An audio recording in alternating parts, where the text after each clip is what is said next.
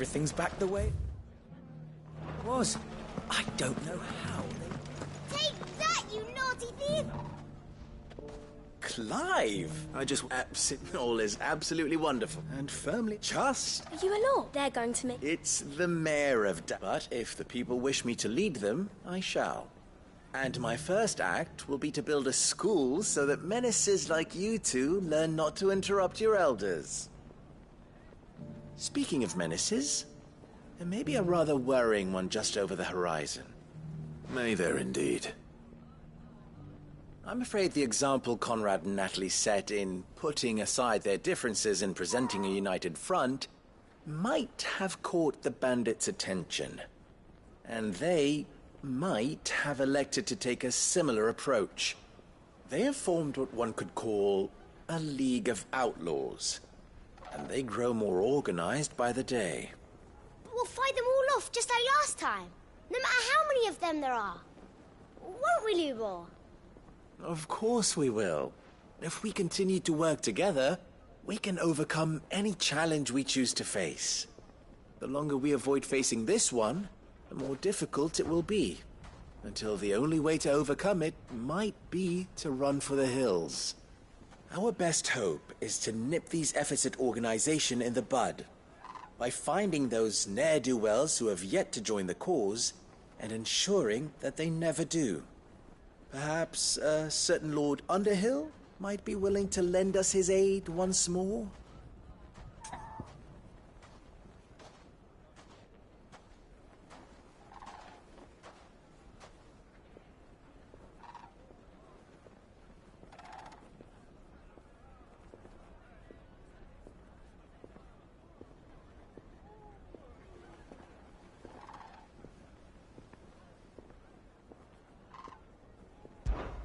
How could I refuse?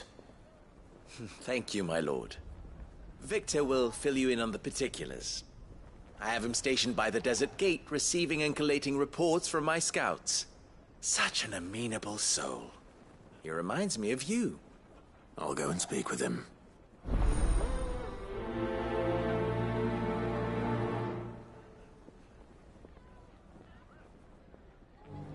What's the difference between a lord and a mayor? That's easy. One of them swings a sword, the other forges them.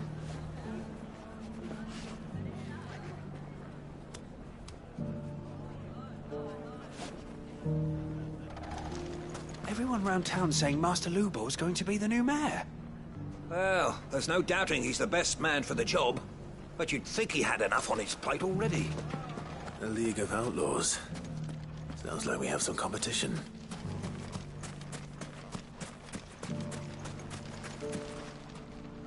Still in Dalamil, Victor? Ah, Sid. I thought you'd have returned to Cosnis by now. I did. I've developed something of a fondness for the place. And having worked so hard to see it saved from one fate, it would seem remiss to abandon it to another. A sentiment Master Lubor certainly isn't shy about exploiting. Hence my doing his bit. You're not the only one. What does he want you to do? He asked for my aid in putting down the bandits. And he said that you might be able to help me find them. Then you've come at just the right time. I was on my way to speak with Conrad about how to organize our forces. There are more camps in the vicinity than we can safely strike at once. But we must strike together, and we must strike soon at as many camps as we can. We can't give this league of theirs time to rally its forces. All right. Which camp shall I take? There's one upriver. Just out there, across the dunes. Leave it with me.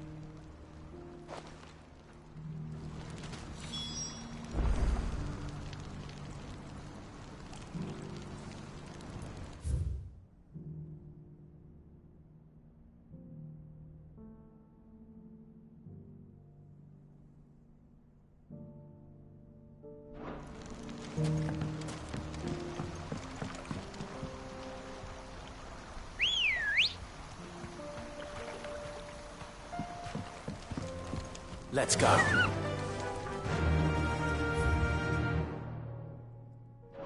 Fly, Ambrosia. Those ne'er-do-wells.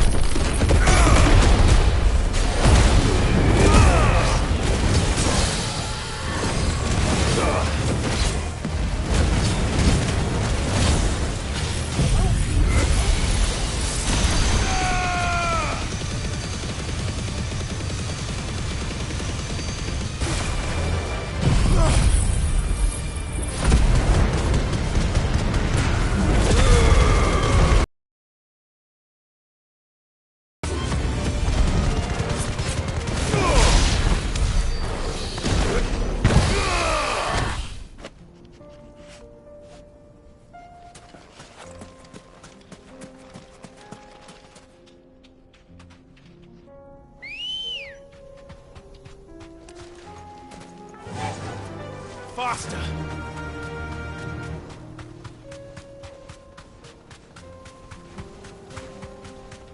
That must be the camp Victor mentioned. Come on then, Toggle.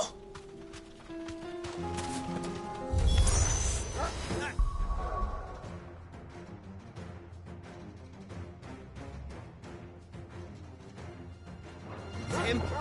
The one who killed Locke and Fingers. Take his head off! Bahamut!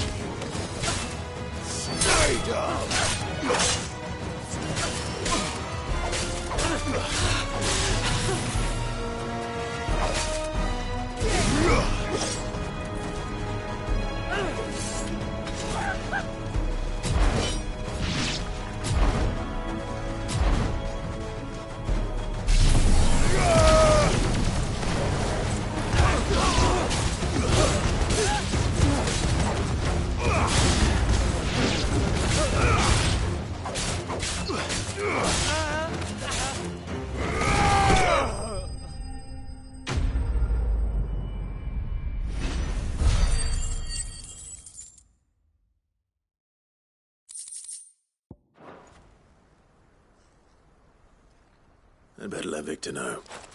Sid, where are you? Ah, I see the bandits didn't pose you any trouble. No, but... that's not why you're here, is it? No. Something's happened. We need... What is it? The whole town's in uproar. What? Seems that one of our parties wasn't as thorough as they should have been. Some of the children spotted him, and he was about to silence them. And when Lubor felled him with a bolt of magic, and without a crit... But that's not possible. It is, if he's a bearer and has been hyped. If he has, well, I wouldn't blame him. Still, all those people see is a man who's lied to them. Fuck.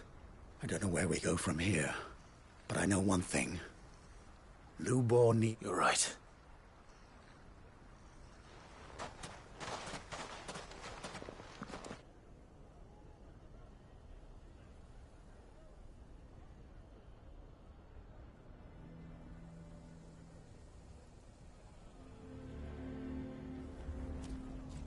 And now everyone knows.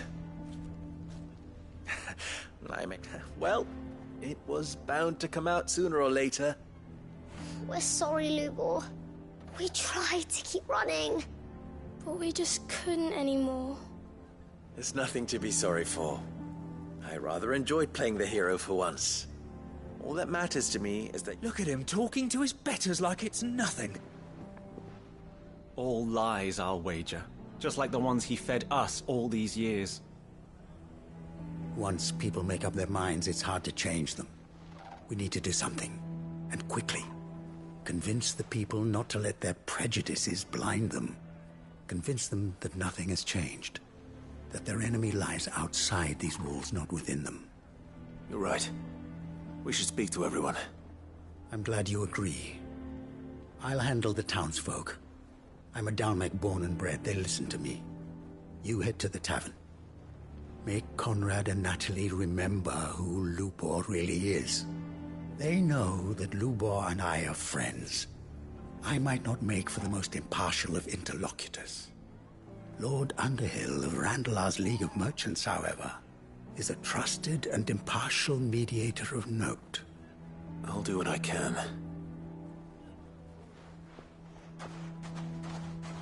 Lubor, stay here with the children. I can't promise anything, but we'll try. And that is all I can ask of you.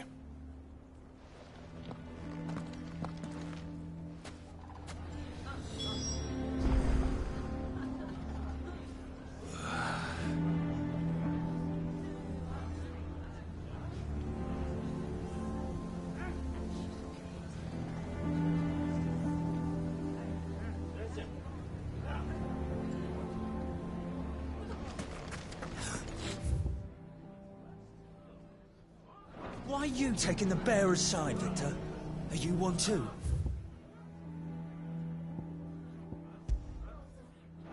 You know I'm not. Just listen. Why do they always have to make such a... He knew all along that... Forgive me for disturbing you, but could I have a moment of your time? I've seen your face before. As have I. Lord Underhill, wasn't it? Of the League of Merchants. That's right. I wanted to speak to you about Lubor. The rumors that he's a bearer. All true, I'm afraid.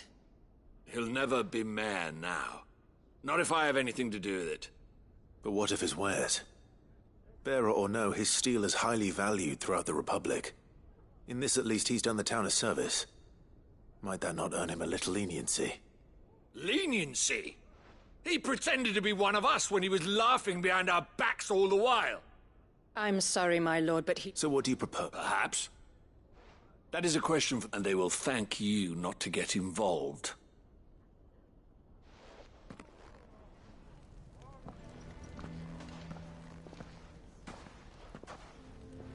The townsfolk have made their minds up. There was nothing I could do. Nor I.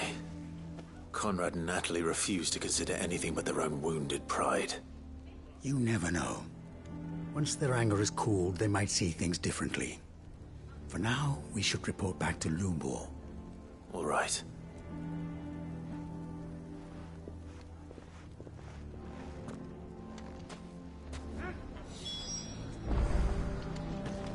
Why the hell would Victor take the bearers? I assume the situation is hopeless? There's still hope. But...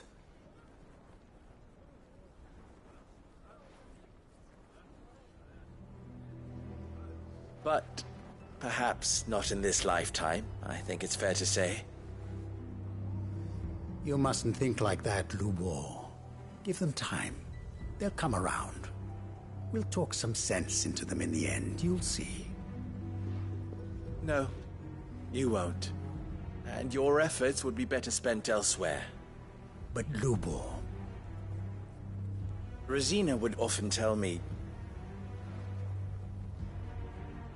that steel does not lie, that a blade is a reflection of the smith who forged it.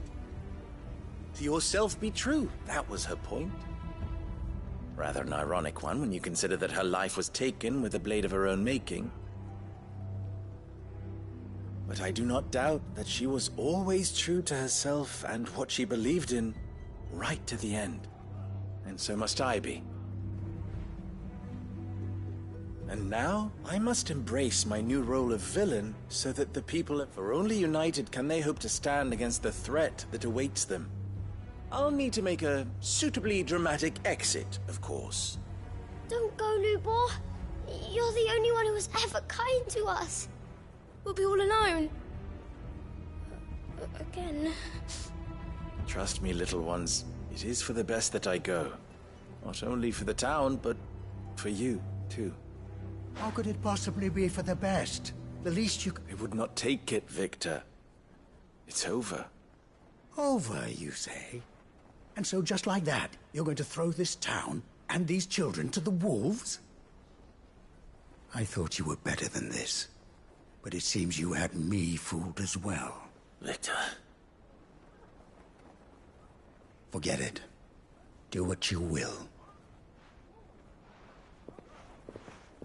You sure you're making the right choice, Lubor?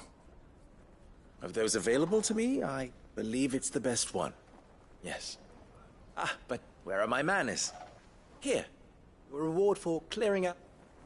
Right then. I have packing to do. If there's anything I can do. I'll bear it in mind. Thank you.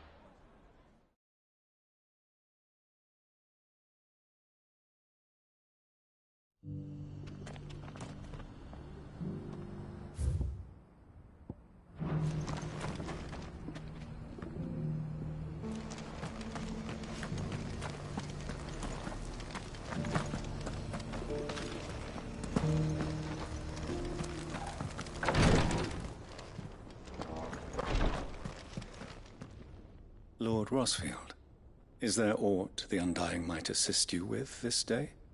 Perhaps.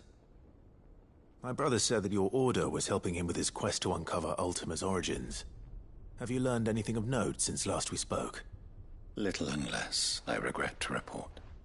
I see. Be assured, however, that we will not rest until the truth is known. Even now, our archaeologians scour ruins in every corner of the realm for traces of Ultima's touch. Fallen ruins, I take it. Dating back as far as Phoenix Gate. Indeed. Ultima's thralls are oft sighted among the remnants of the fallen civilization, as if protecting the secrets concealed within. Secrets we'd see unearthed. Should our methods be of interest, my lord, mayhap it would please you to observe some of our number at work. Would that be possible?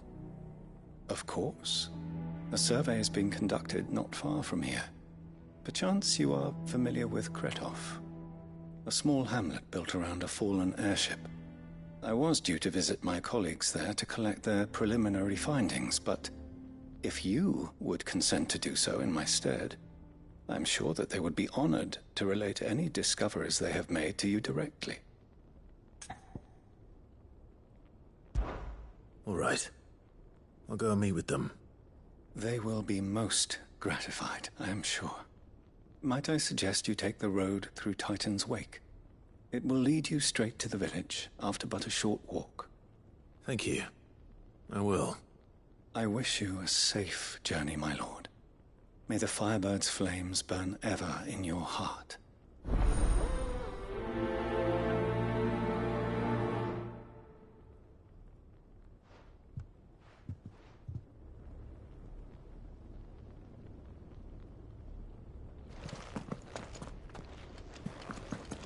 A village built around an airship. Sounds like another...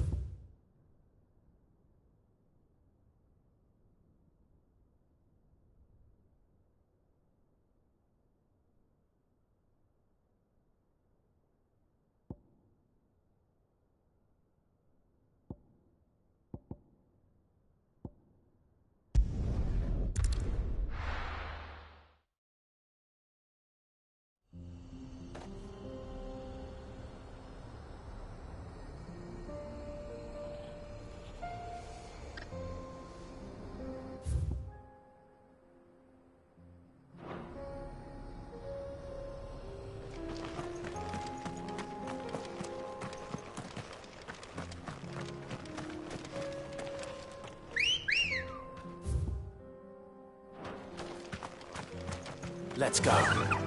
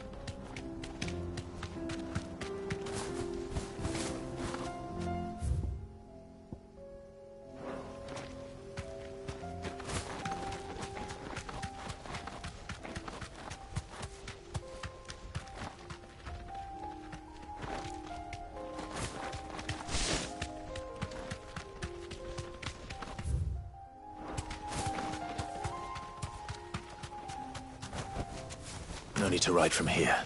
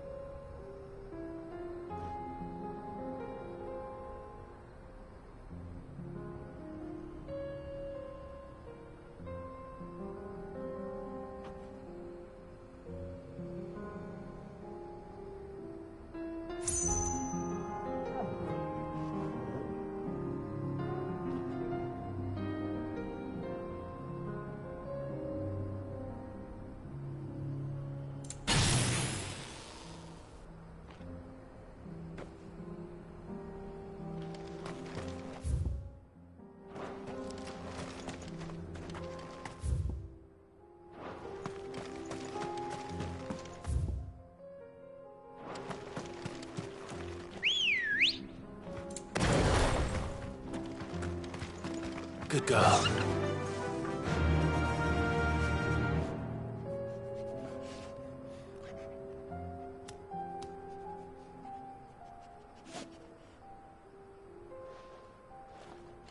Faster!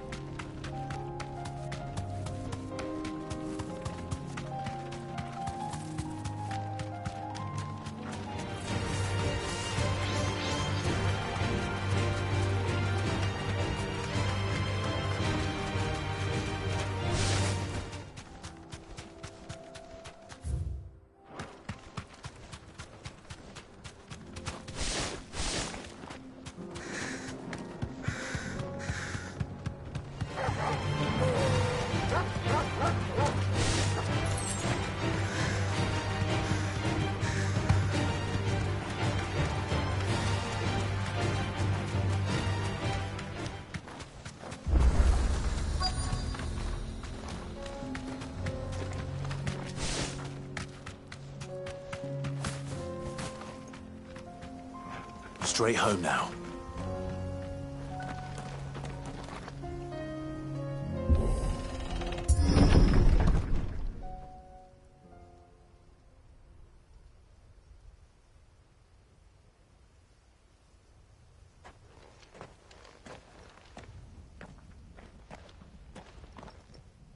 Oh no.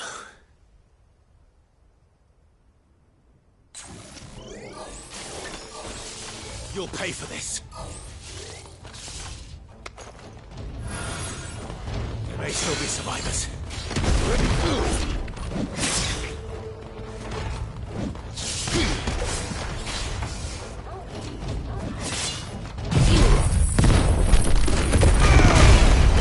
It's over.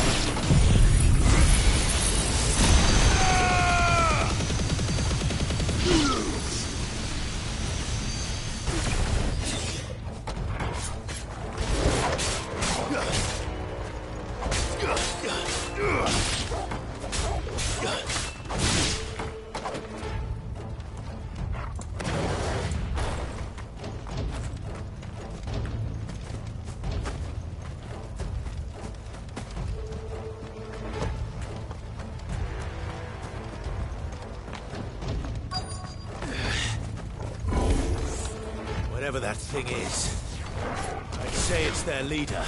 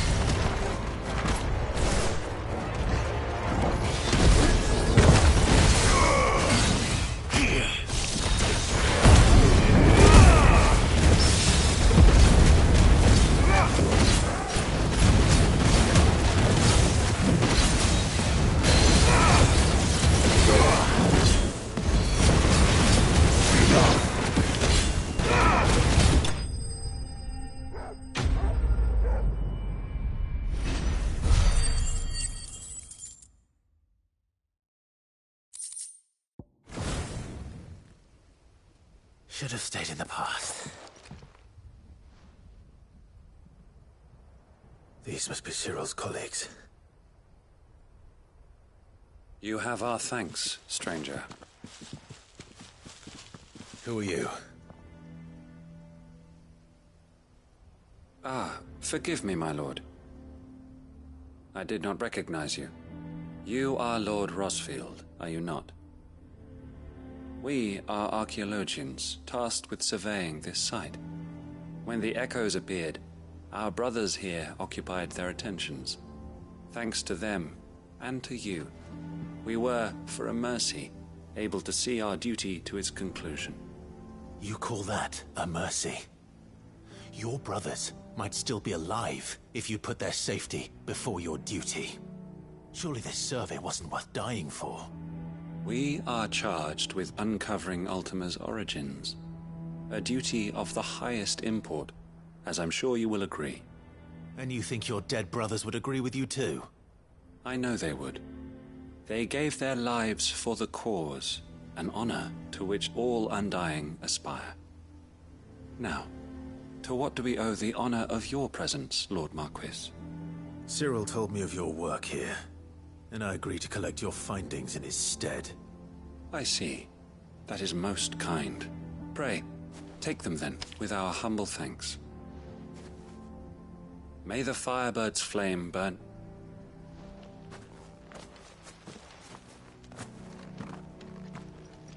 It's one thing to lay down your life for another, but for a survey...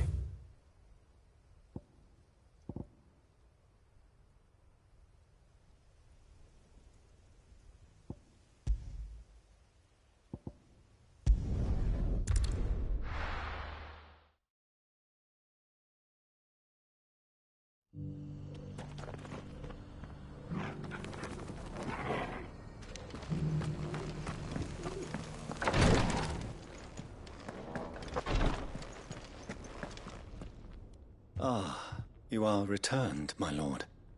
I collected your colleagues' preliminary findings. Here, take them.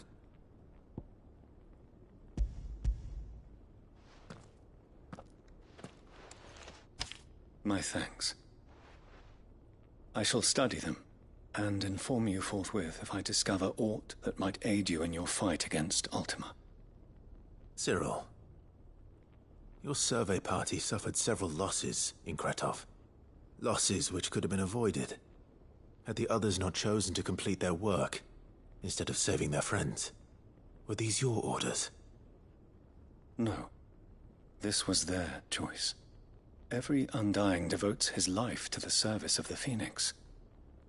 It is our sole duty, and should we die in discharging it, so be it. Even when death is avoidable. My lord, I fear that this is not a point of the Undying have served the Phoenix for countless generations, and your opinion of our methods, however earnest, is not like to change them. We live to serve the Phoenix. Our very order exists for that purpose, and that purpose alone. Cyril, but allow me to offer you a word of advice. It does not further the cause of the Phoenix to have his loyal followers surrender their lives without good reason. Provide your survey parties with an escort, that they might live to do their duty for years to come. Think not only of how you can serve the Phoenix, but how Joshua would want you to serve him. Please. For all our sakes. I thank you for your advice, my lord. If you will permit, and we of the Undying will do what we believe is right to fulfill our duty unto him. As first shield to the Phoenix, I am sure you understand what it means to do one's duty. I do. Then we are of the same mind. And it is my hope that we may continue to do our duty together.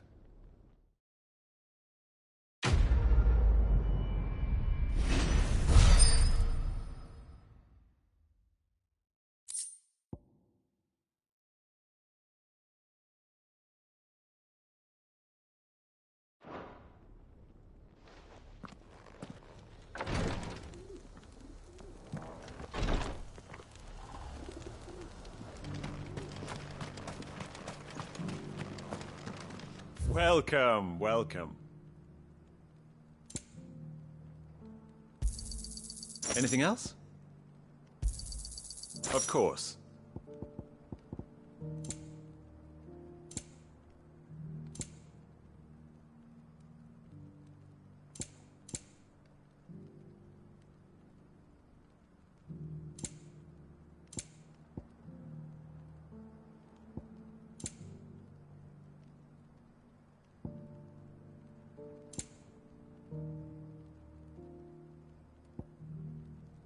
Go safely.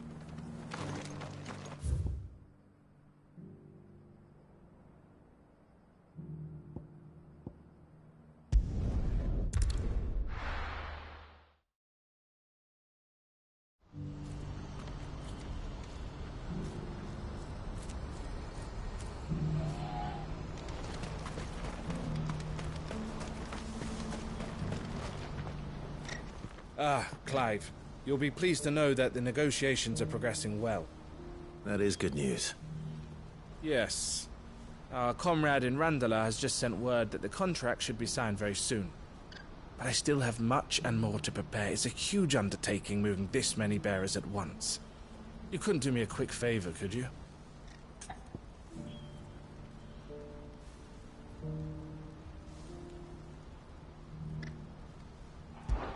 What is it this time?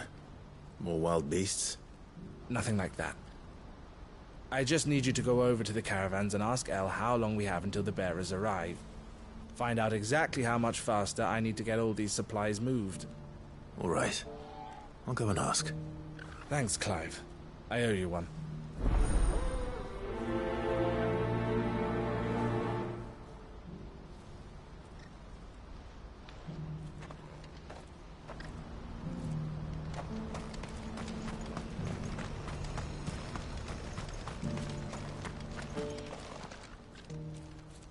Don't blame yourself, El. This is their fault, not yours. I know, but... No buts about it, all right?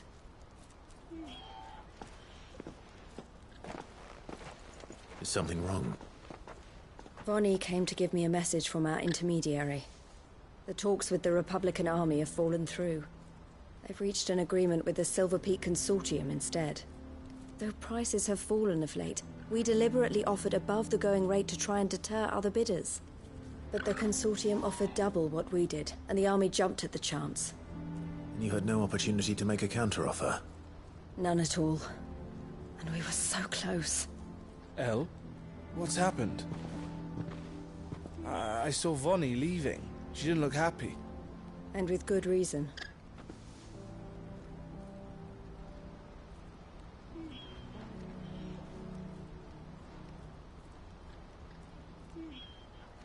But I thought we were the only ones the Fist were speaking to about the bearers. How did the Consortium even find out about this? It's not so surprising. They have ears all over the Republic. This isn't over. The Consortium will have to sell these bearers eventually, and at the price they paid, buyers will be few and far between. I'm going to Randalar myself. Alone? You sure that's wise? Are you offering to be my bodyguard? How kind. Meet me at the checkpoint near the capital gates. I'll send an owl ahead and request a meeting. You go to Cashlock, Theo, and get everything ready. We've waited far too long as it is. Even if I fail to free these bearers, there will be others. Someone needs to prepare the place and keep any prowling beasts at bay. Oh, and that's me, is it? Well, it looks like I'm following orders till she gets back from meeting the Silver Peak Consortium, who've been doing their best to undermine our scheme. She'll never join them after this, surely. No, she said it herself. She still has plans for Cashlock, even if this one falls through. She means to stay with us, then. I can't say I'm not happy to hear it, but... is this what she really wants? You have to trust her. You're right. It's what she wants now. And if Elle's off fighting for the cause, I should do my part too. So I bid you farewell and safe travels, my friend. I'll gather my men and leave for Cashlock. We'll make sure the place is well stocked and defended. You go to Randalar and see if you can stop my sister biting the Consortium's heads off. If she won't consider her prospects, someone has to. I'll do my best.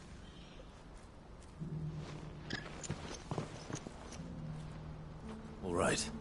To Randalar, then. I'd better not keep Eloise waiting.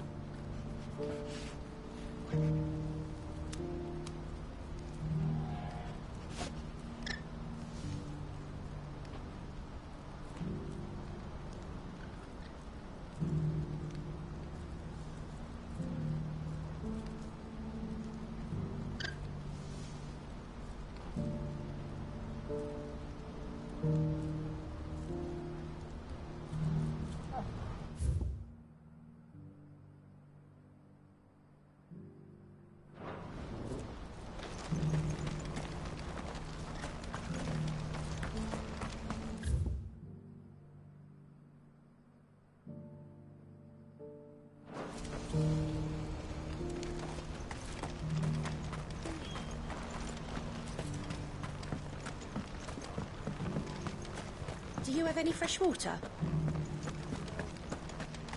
Has this wine turned? Or is it my stomach? Tastes better if you don't look up.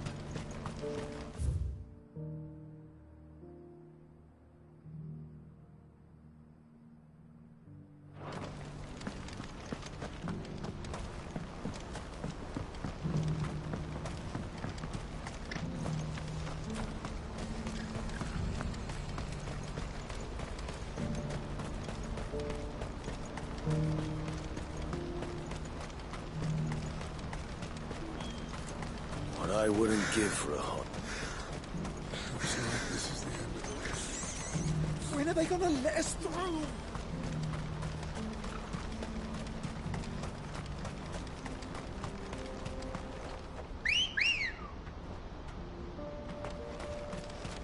Ready, go?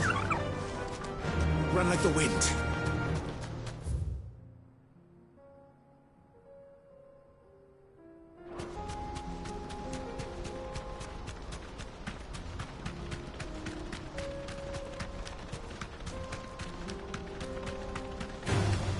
All right.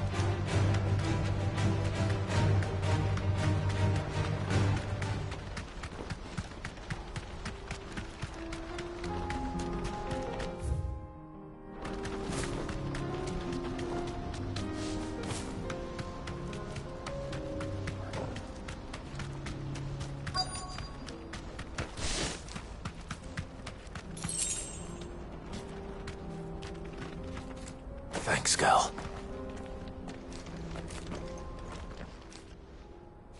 I hope I didn't keep you waiting. Did you arrange to speak with the consortium? Here they are now. You wish to consult with me? I did. It's about the bearers you recently purchased from the Fist. We had all but finished making arrangements to buy them ourselves, and then you stepped into the fray. You misunderstand. The consortium had an interest in purchasing them from the very first. It was only our regard for you that kept us from bidding. But your hesitancy in accepting our offer to you suggested that the regard was not mutual. And so we resumed our business. I did not hesitate. I am simply not inclined to make such decisions without first giving them due consideration. But what is done is done. Come then. How much do you want for them? Alas, you are too late yet again. We rarely take on such unconventional merchandise without a purchaser in mind. The bearers belong to him now. Who is your buyer? A trader from across the water. A most demanding fellow, if it's any consolation. He insisted the bearers be fed, dressed, even given their own bunks for the voyage over. That's what you get when you deal with continental types. I wouldn't know. Oh yes, the culture on the continent is quite different to ours.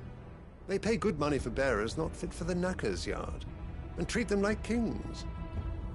But as long as they pay... That does sound unusual. No matter then. If they've already left our shores, there's little that can be done. Allow me to withdraw my interest. And with it, my interest in joining your organization. My associates will be sorry to hear that.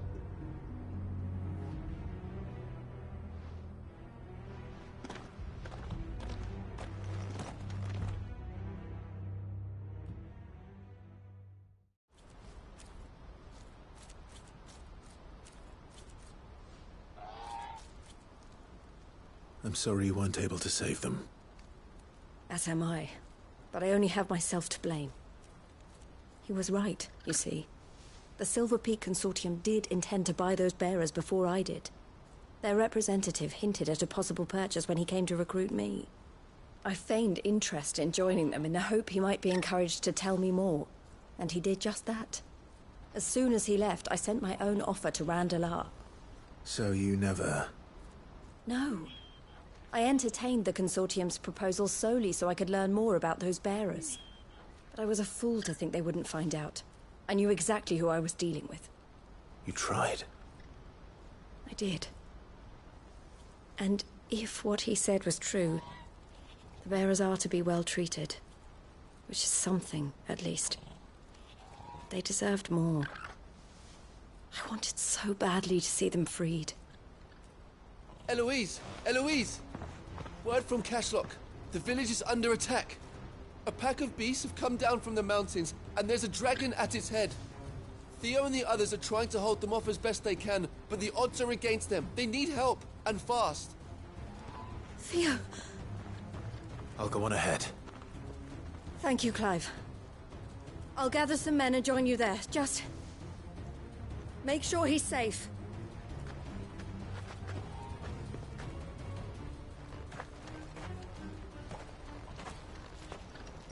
Hold on, Theo. I'm coming.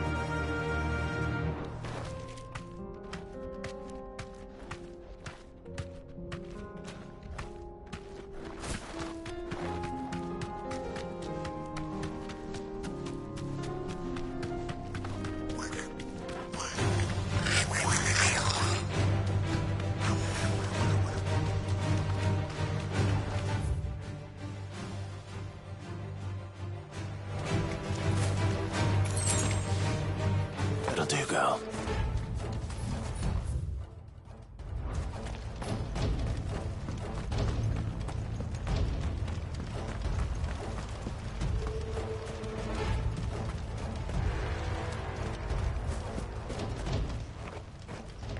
Where's Theodore? Upriver! He led the dragon that way to keep it from the village, but the whole area's flooded with ether. We just have to pray he makes it out in one piece. I can do better than that. Torgal, with me.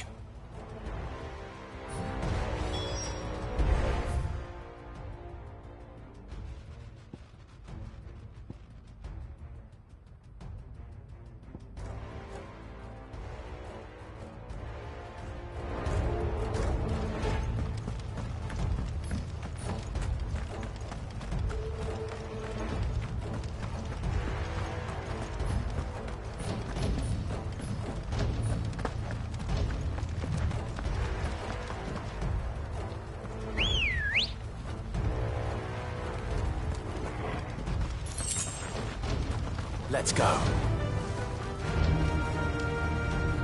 Yeah!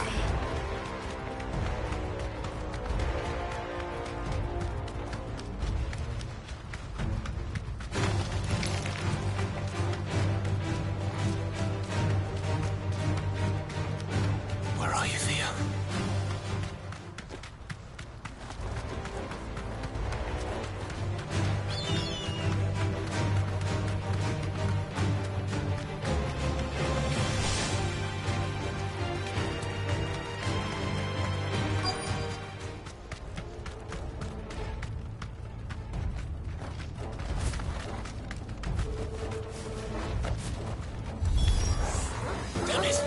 The ether's too thick. These creatures have already turned. It's over!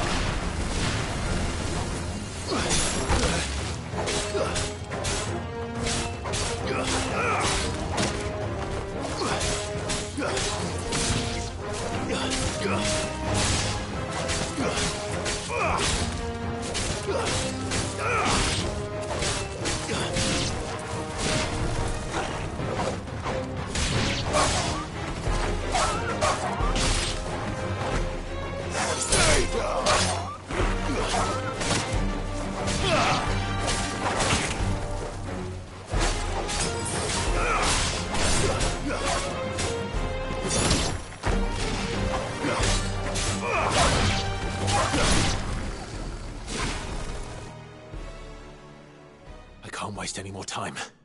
I need to find Theodore before that dragon does.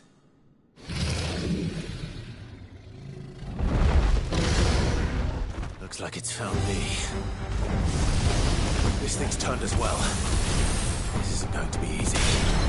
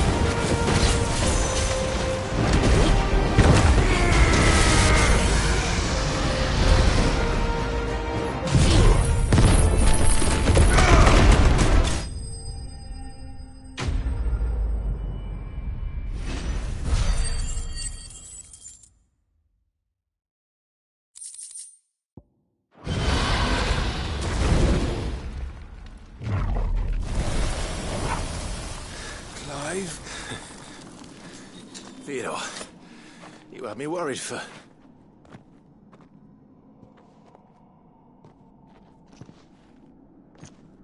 We have to get you out of here.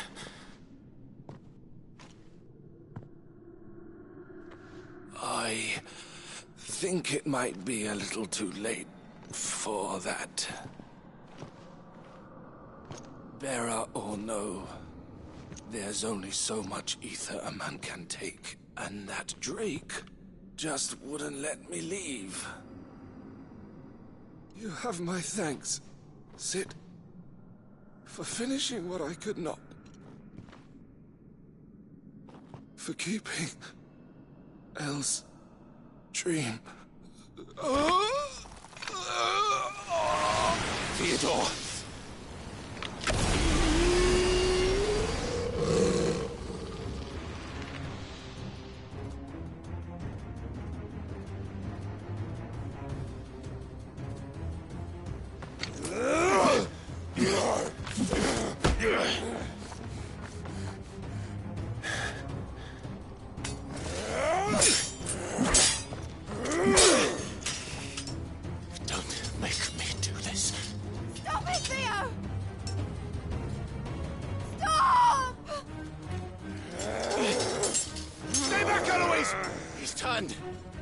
And so will you!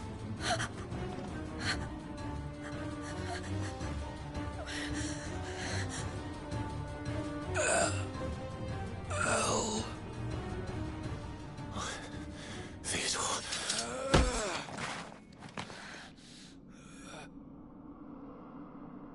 Take care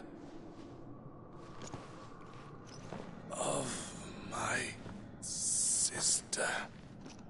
Theodore, wait. Goodbye, Elle.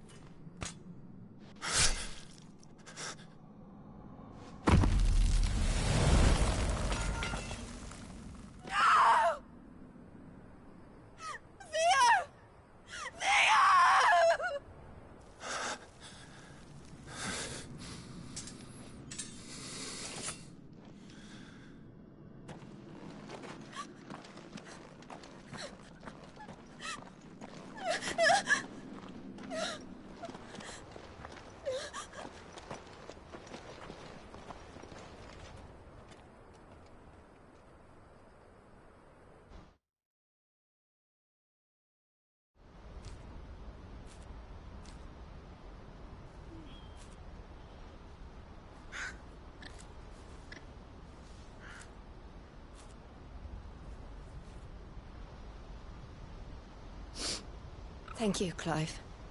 I think I'll be all right now. That was true bravery he showed. Leading the dragon away from the village like that. His first instinct was always to protect people. To put others' well-being before his own. And now he's gone.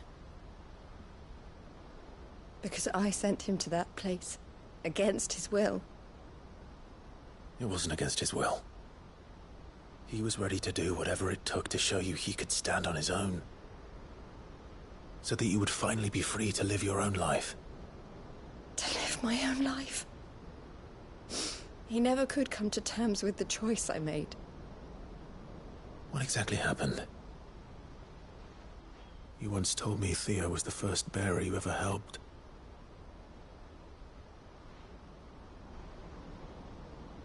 We grew up in Canva.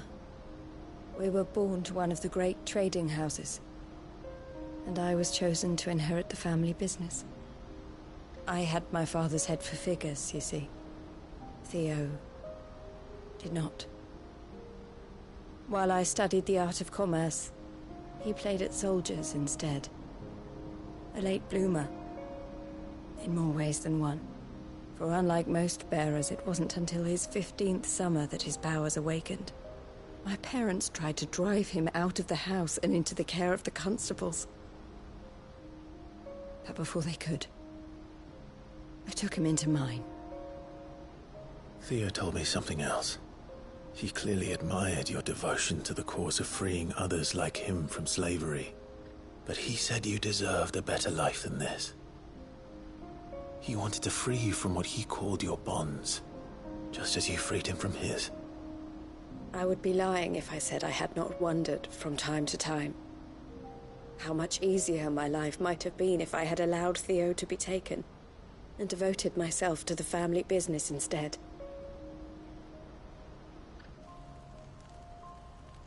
But I have never regretted the decision I made. Being with my brother meant more to me than tradition or reputation. I only had to look at him to remind myself of that night and the choice I made and the fact that I would make the same choice again in a heartbeat.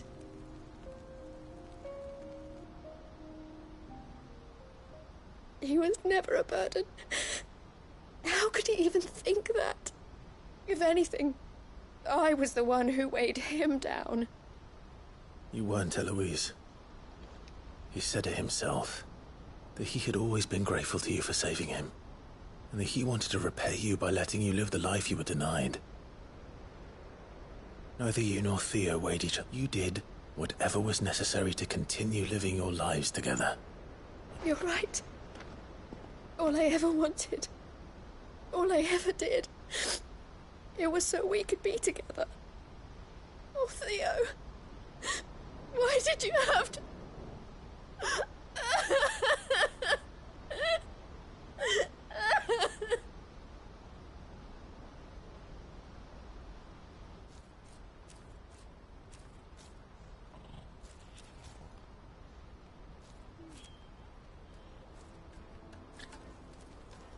I know Theo wanted me to move on, but I'm staying here at the Crimson Caravans to continue our work.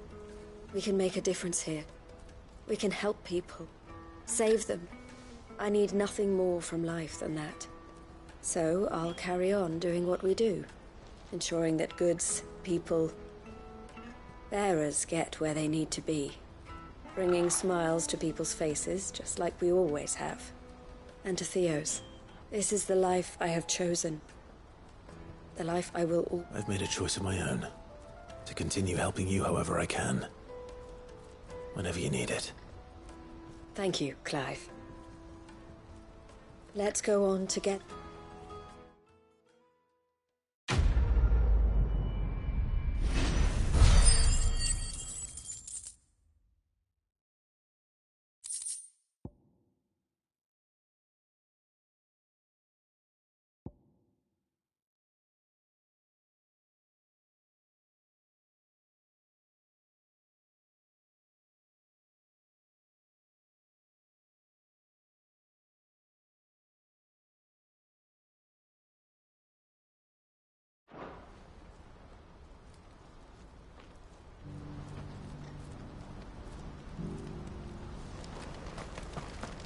Eloise isn't the type to give up. You won't find a finer array this side of the strait. A fine choice. You've a discerning eye. Many thanks.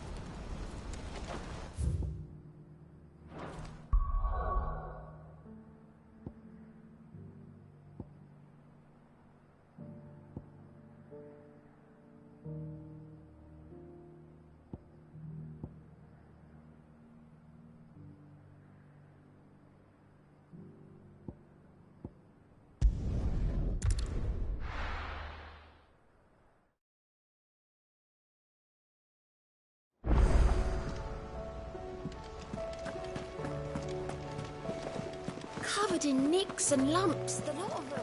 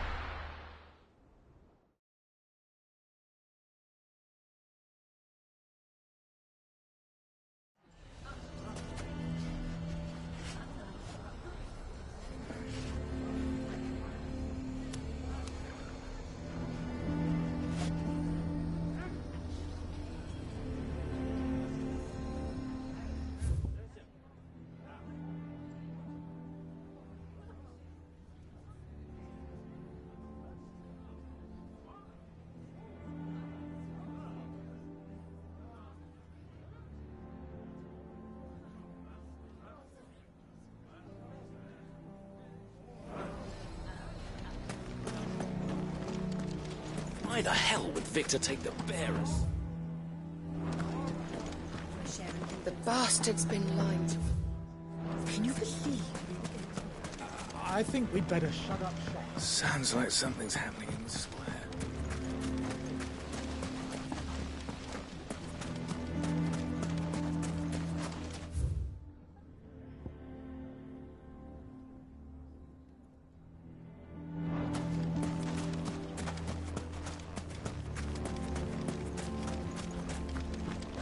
Nothing to report. Same as yesterday. And the day before. Ready, go?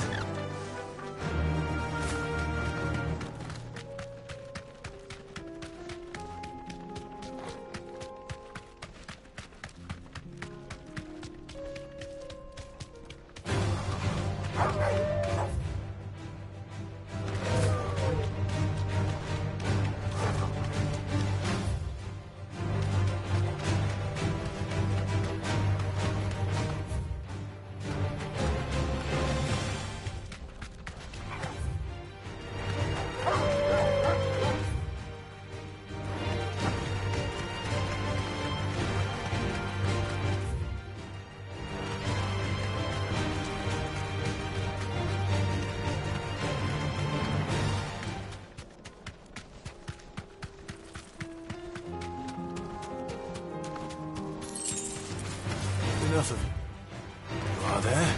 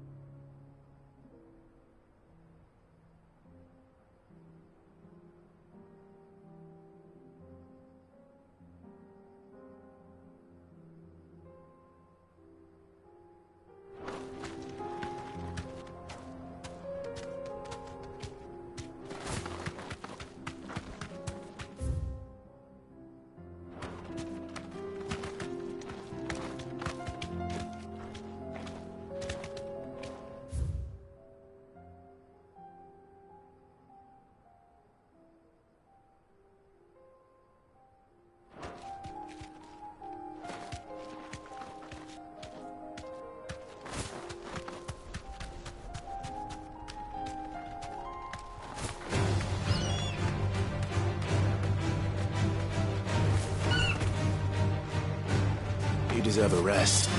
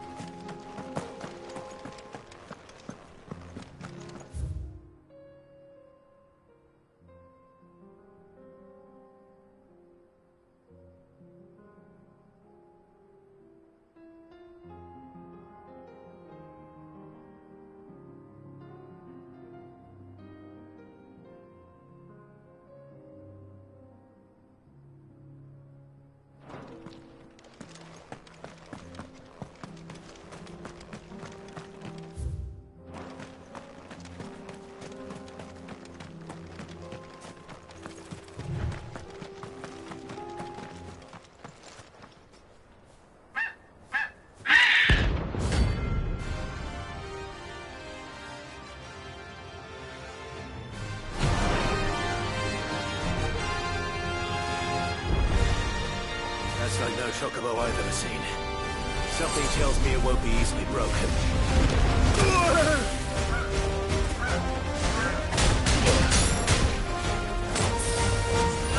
Well done, Togo.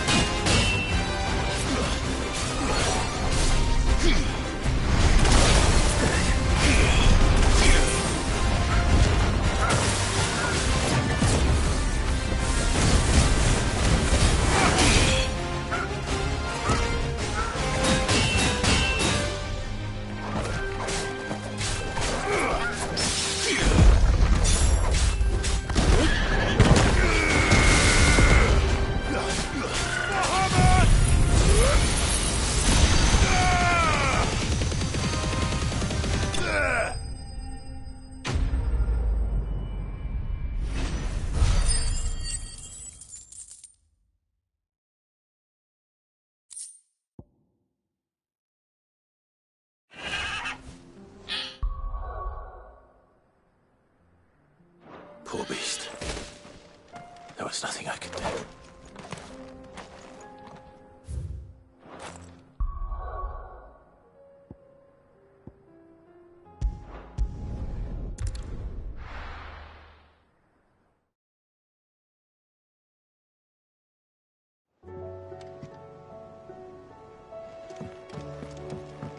Come back.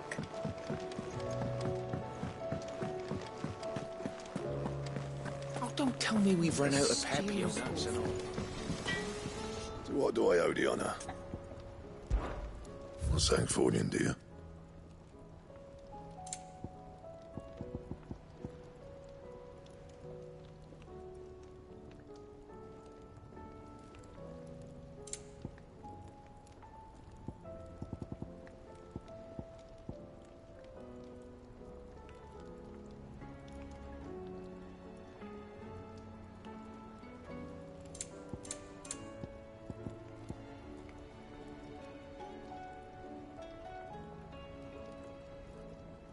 And?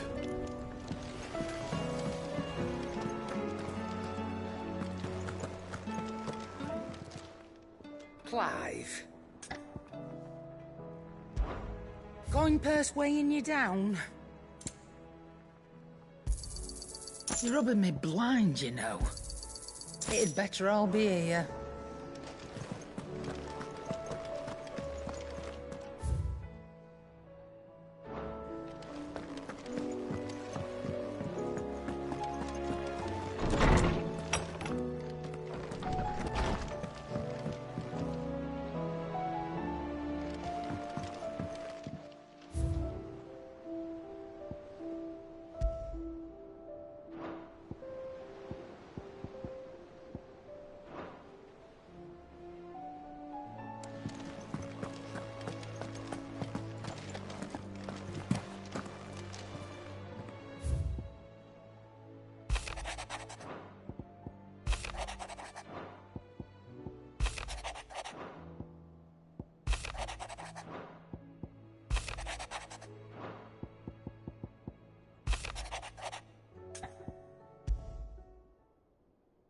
There's no way of knowing if Doris will confide in me, but I can speak to her at least.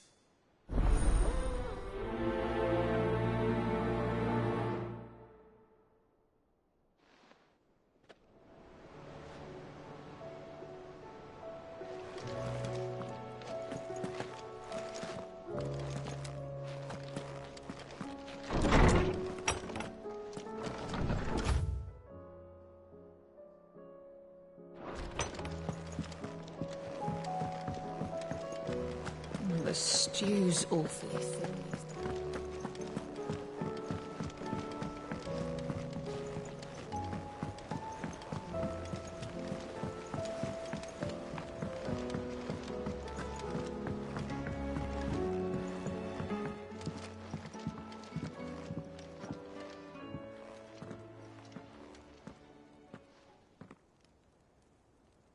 Where are you? Can I help you, Sid? I'm looking for Doris. Is she here? I'm afraid not. She's at Martha's Rest on a job. My job, actually. When she heard what the mission was, she insisted on going herself. Alone. Did she? What was the mission? Following up on some new information. Once they'd settled in, the bearers you helped liberate in the Dragon's Eyrie were keen to talk about their imprisonment. And about their captor. The slaver Cole's team were tracking when they were attacked by the Beastmen. I'll go and find her. She's at Martha's Rest, you say? If she's not moved on already, yes. I hope everything's all right. Why would Doris insist on going alone? Maybe Cole was right to be worried. How do you split the sea, you reckon? I reckon we're better off not knowing.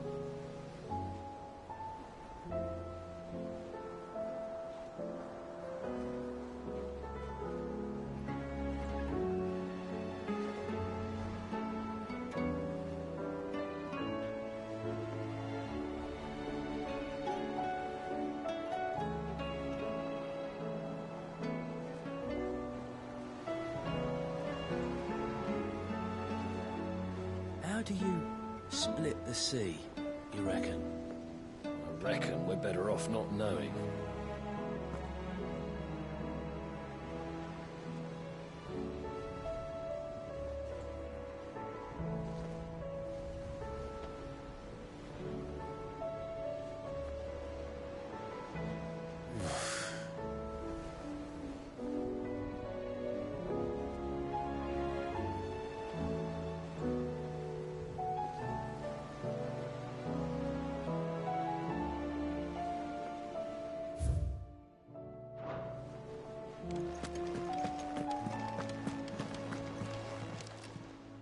How may I help you today, Clive?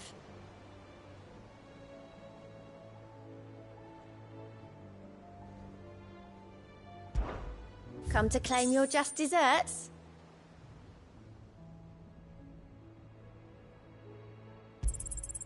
Here you are.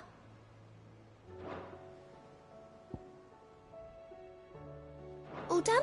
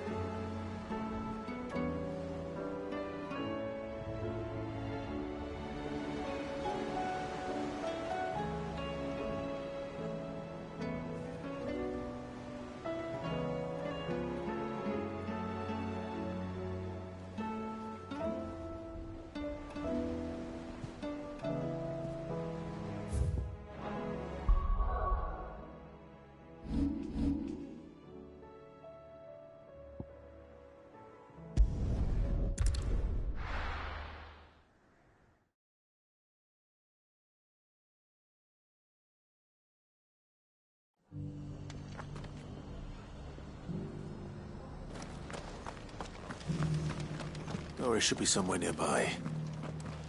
Assuming she's still here.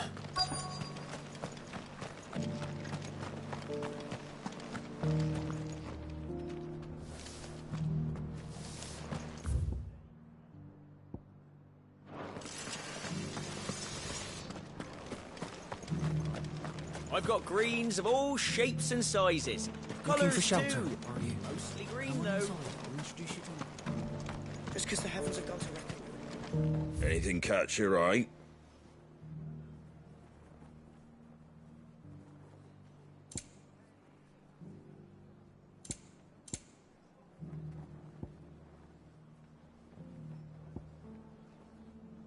That all, is it?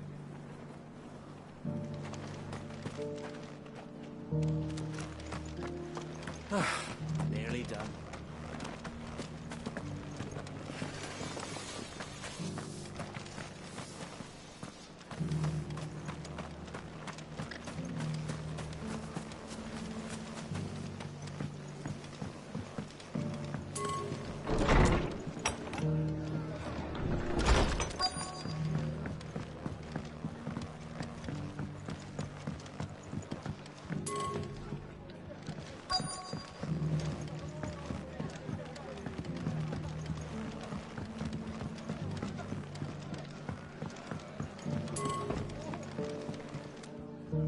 Ah, Clive, I was just about to send for you.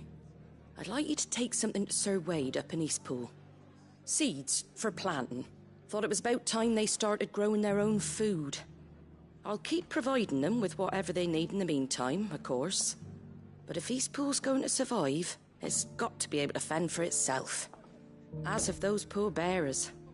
They've lived their whole lives in servitude, but now they're their own masters. Small wonder they ain't got the foggiest how to provide for themselves. So it's up to us to teach them. And if you're wondering why you, well, the Wagoneers, Sir Wade's putting a brave...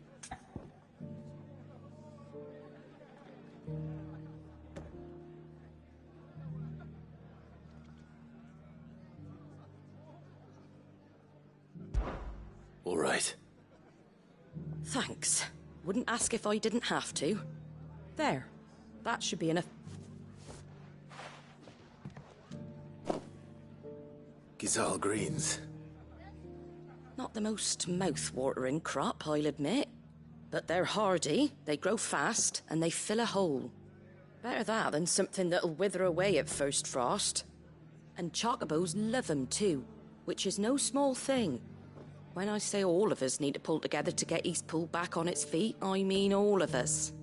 They ain't exactly succulent, but cook 'em right, and they're just about bearable. I'll take your word for it. Anyway, Sir, I'll go up there and show him myself. I'm sure you will.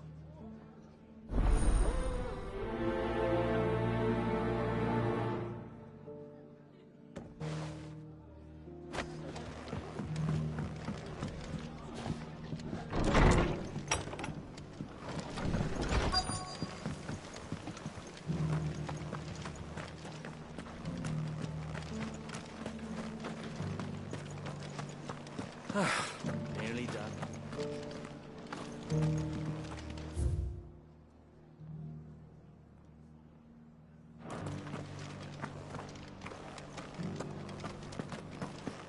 Just because the heavens have gone to wreck and ruin, it don't mean we have to.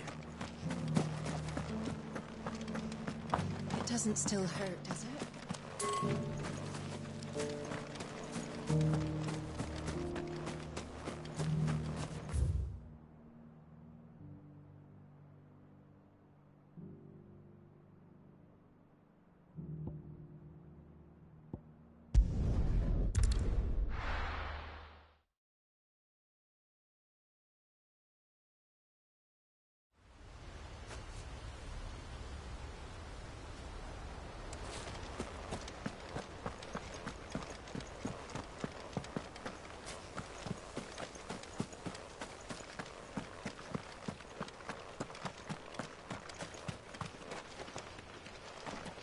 Ah, Lord Rossfield. What brings you to Eastpool? A delivery from Martha.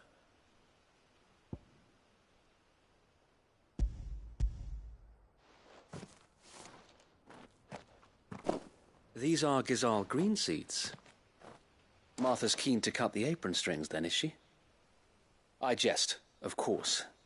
You see, I had thought we might be able to revive the old wheat fields, but they'd long since gone to seed, only without the seeds.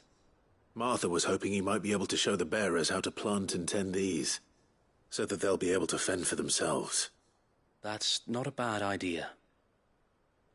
These bearers had only recently escaped their bonds before we brought them here. They know little of freedom, of providing for themselves and their loved ones. Unless we teach them how to live like free men, I fear that all we have achieved in bringing them here is to exchange one master for another. Not that myself and the Guardians have been the best example to them so far, subsisting almost entirely on Martha's charity as we do. It's about time we all started to provide for ourselves, bearers and Guardians alike. Unfortunately, we've been a little too busy of late to focus on much besides... The Horde is closing in. They're coming, so wait, all of them. Damn it all, I thought we'd have more time. Gather the men in the square. Send to the rest for reinforcements. Yes, Sir Wade. The Horde. A Kashek, a veritable legion of them. They've been seen prowling around the northern reaches for a while now. We don't have the numbers to hold back a swarm that size. I had hoped to build a perimeter wall so that myself and the Guardians might be able to defend the village, but... Now you're out of time. Precisely. If reinforcements from the rest arrive before they do, we may just scrape through, but I fear that's rather an enormous if. What if you could call on reinforcements from Eastpool? You mean the bearers? We brought them here so they might live, not die, fighting for their lives. So wait. You said you lack men to defend the village. Are the bearers not men, though they may not be trained soldiers like your Guardians? What help they are able to offer could still prove the difference between victory and defeat. You're right, my lord. I will appeal to them.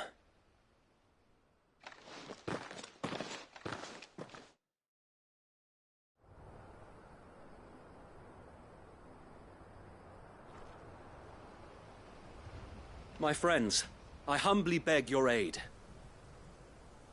We Guardians are few and our enemies many. But I swear we can defeat them with you at our side. You would send us to the slaughter, to serve as bait for those fiends so that you and your men might be spared.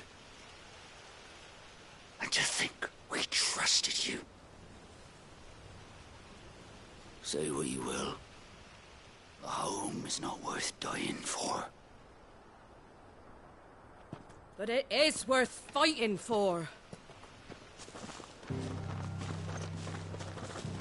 Sir Wade fights to give you lot a chance. Just like I do. Just like Sid does. We all wanted to give you a home where you could be free. And you got one, didn't you?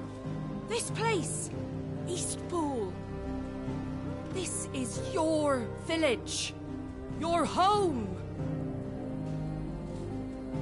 And if you don't fight to protect what's yours, you'll lose it. You know I'm right. This world wants to take everything from you. Everything. Your homes, your freedom, your very lives. So then, are you going to stand by and let that happen to you? Are you going to accept fate like good little Bran did and die, having never stood up for yourselves? Or will you fight like free men and women?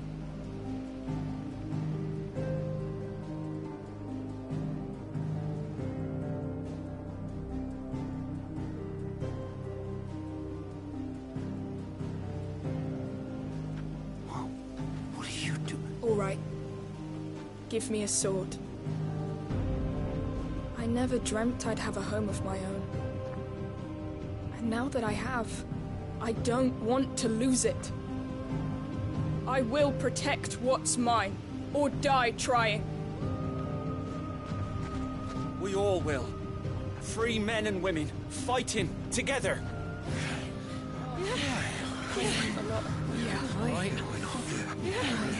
For Eastpool! For Eastpool!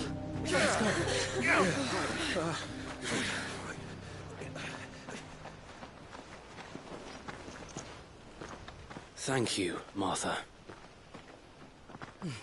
Don't mention it. Just promise me one thing. That you'll show them how freeborn fight. Gladly.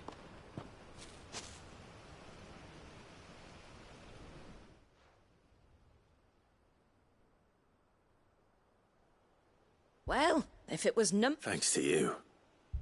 Me? Oh, I just love the sound of my own voice.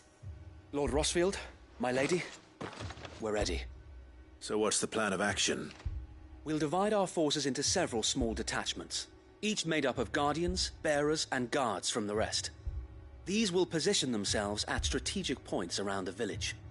Upon engaging with the Akashic, each detachment will keep the creatures occupied as best they can, steadily retreating all the while. You're going to lure them into the village? I am. We will have neither the time nor the resources to treat the wounded, so injuries must be avoided at all costs. Instead, we will focus purely on defense at first. By coordinating our withdrawal through the use of messengers drawn from among the bearers, we will aim to have the swarm converge at a point of our choosing. With luck, that point will be the village square, the perfect place for our most able warriors to surround them and fall upon them, and for you and I to finish them off. A sound plan, but one that'll require a leader with a cool head and strong nerves to coordinate the retreat. I'd say you have both in abundance, Sir Wade, but you'll be needed. Please, leave the last of the fighting to me. Ha! And let you have all the glory. Sir Wade! They're here! Then you know what you must do. We work together, everyone playing their part, each shielding the other that no man might fall, that Eastpool might live on. For Azaria, For Rosaria! We've no time to argue, my lord. I'll do as you ask. And I will do as you ask. Suppose we'd better do our bit too, then, eh? Right you are, Martha.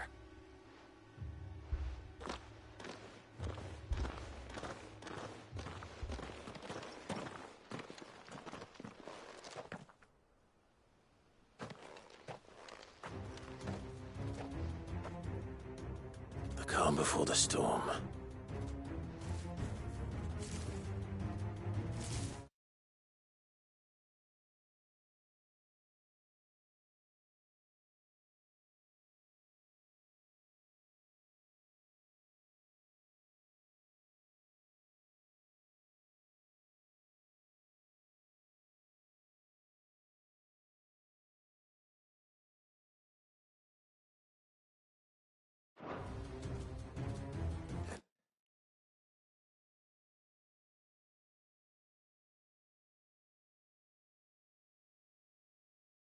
Here it comes.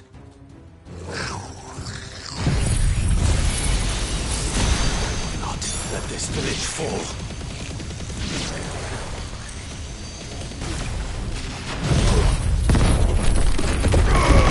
It's over.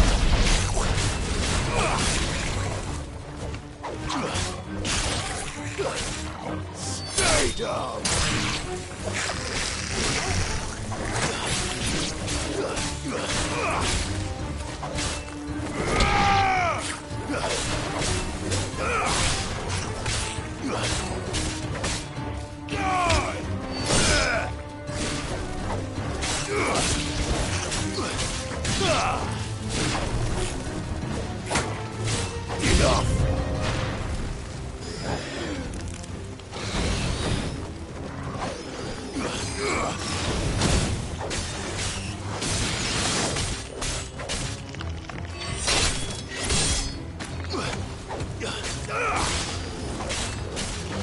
It's over.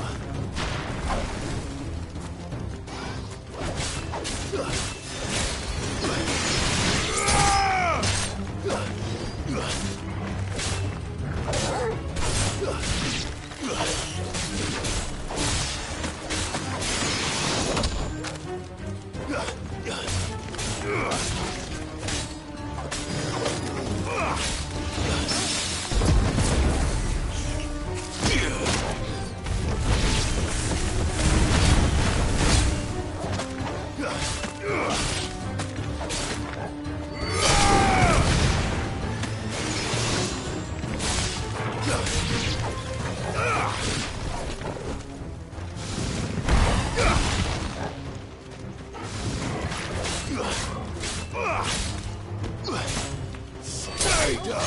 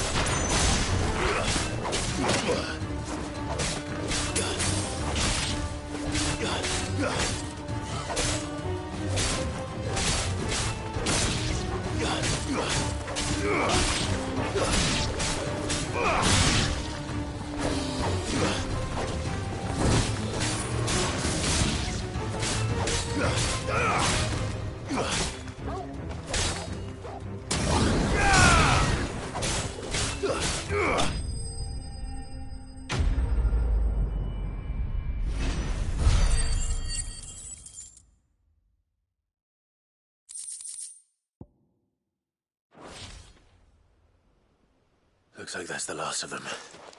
Lord Rossfield! What is it? Owl from the rest. An Akashic curl's been sighted on Rhiannon's ride and is headed in their direction. Well, the better half of her guard is here. So wait, how many Akashic remain in East Pool? Hard to say. My men are still facing some resistance, but I think the worst is behind us. I could order a detachment or two to fall back and No. Let them finish the job. You stay here too, Sir Wade. Your men need you. I'll go after the Curl. Join me only when Eastpool is won. If you're sure, my lord. May the Founder protect you.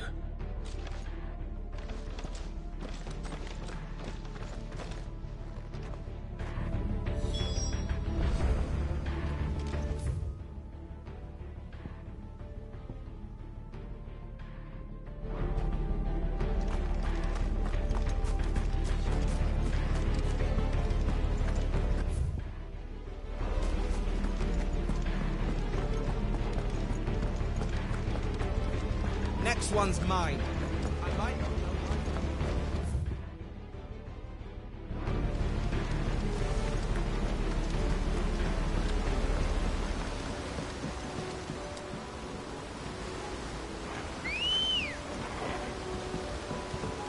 Good girl.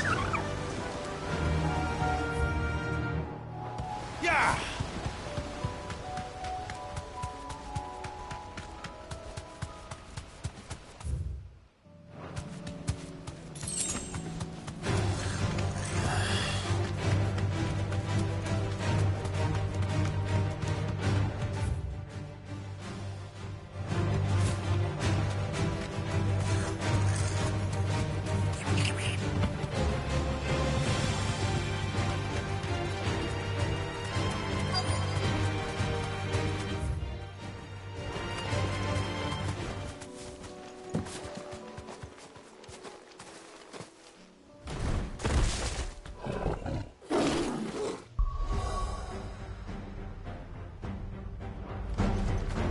There it is. With me, Torgal.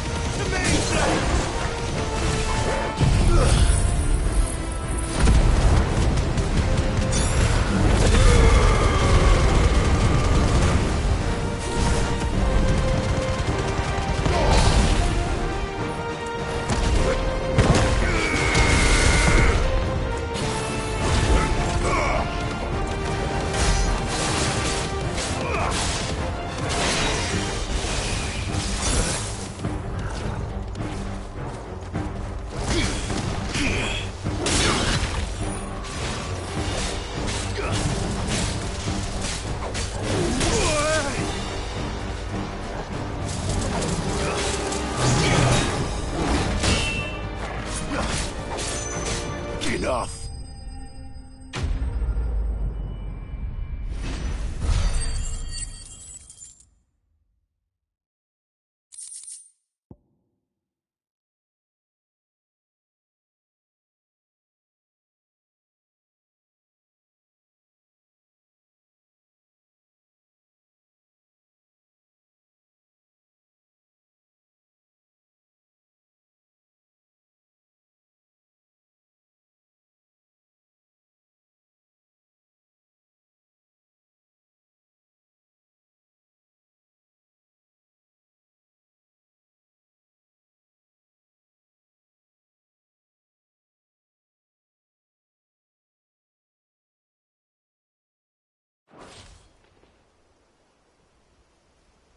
All right. Back to Eastpool.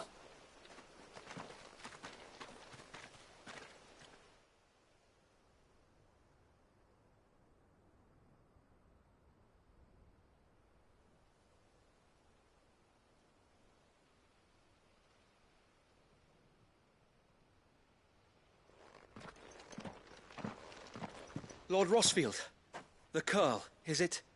It's dead. Thank the Founder for that.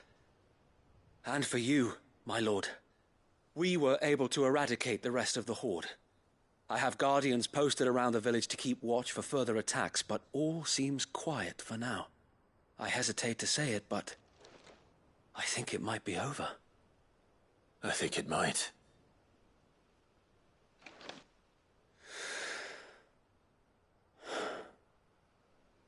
We did it. We saved Eastpool. Thank you, my friends. Thank you. No, Sir Wade. It's us who should be thanking you. You brought us together. Showed us what it means to fight for what you hold dear. We never had nothing to call our own before. We didn't know what it meant to protect it, but now we do. We really do. Forgive us, Sir Wade. You and your people saved us, and still we doubted you. But there's no doubt in my mind anymore. We're free men now, so we have to start acting like it. We have to fight to protect what's ours, to protect Eastpool. And we shall. We all shall. Together. This is our home. And if anyone or anything tries to take it away, they'll have us to answer to. Come on then. Let's get to work. This village isn't gonna rebuild itself.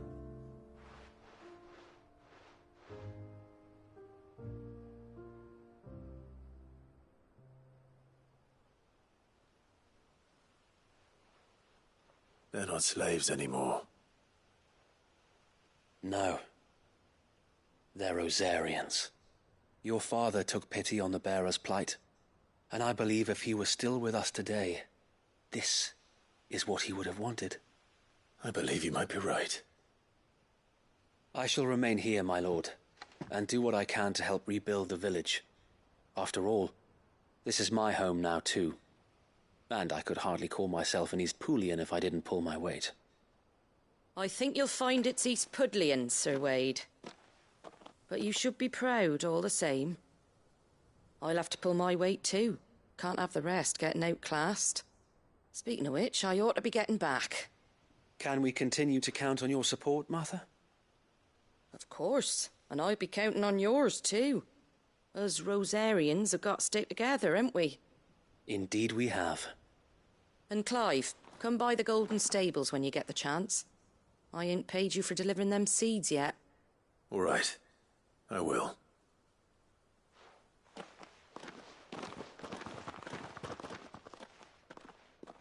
Lord Rossfield, do you remember our very first mission together? Clearing the goblins from the Stillwind marshes? How could I forget?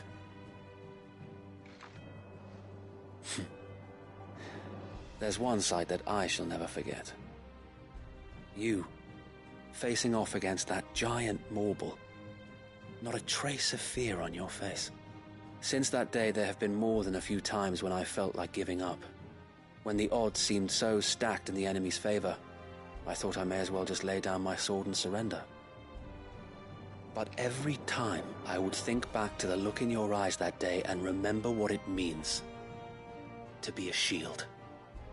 Know that whatever trials Eastpool may face, I shall never lose courage. Thanks to you. Sir Wade, you have always been a true shield. I know that Eastpool, and indeed all of Rosaria, will be safe in your hands. Thank you, my lord. I know the rest of the world will be safe in yours. I'll do my best.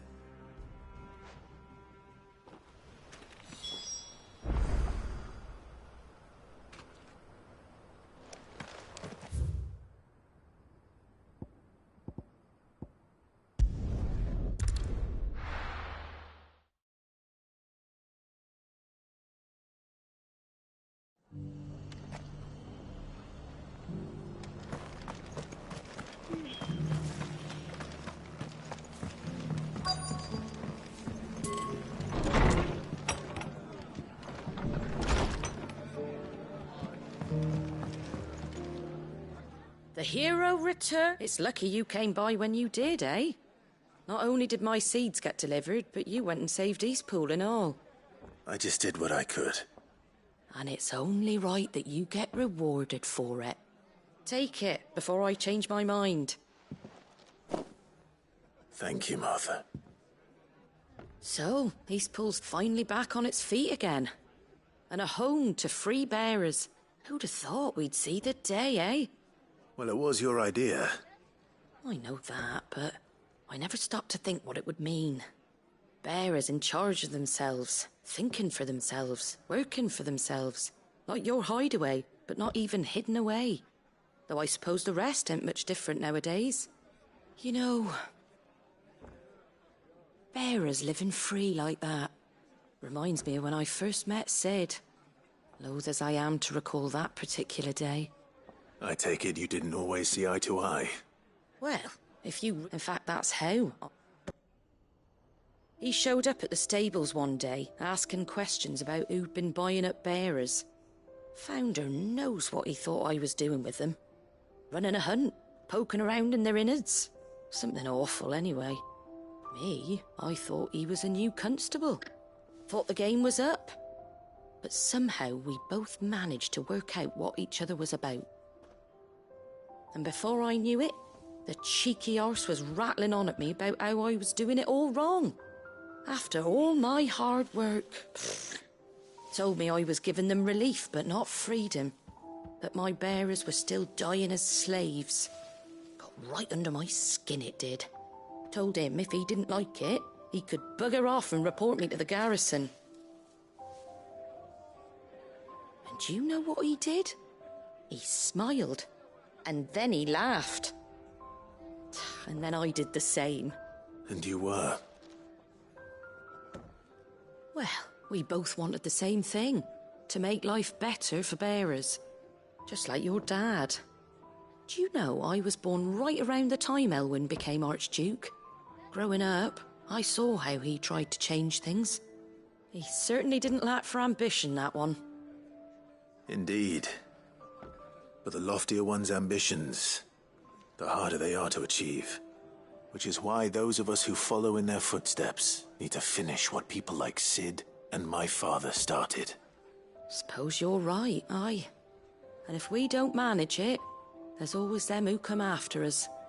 Good thing we've got a few half-decent sorts waiting in the wings, eh? It's almost enough to give you a little bit of hope. Just a little. Anyway, enough nattering. Better get back to work. Let's see about making everyone some dinner, shall we? The least the folks who saved Eastpool deserve is a hot meal. And you and me ain't gonna save the world on an empty stomach neither. That sounds like a wonderful idea.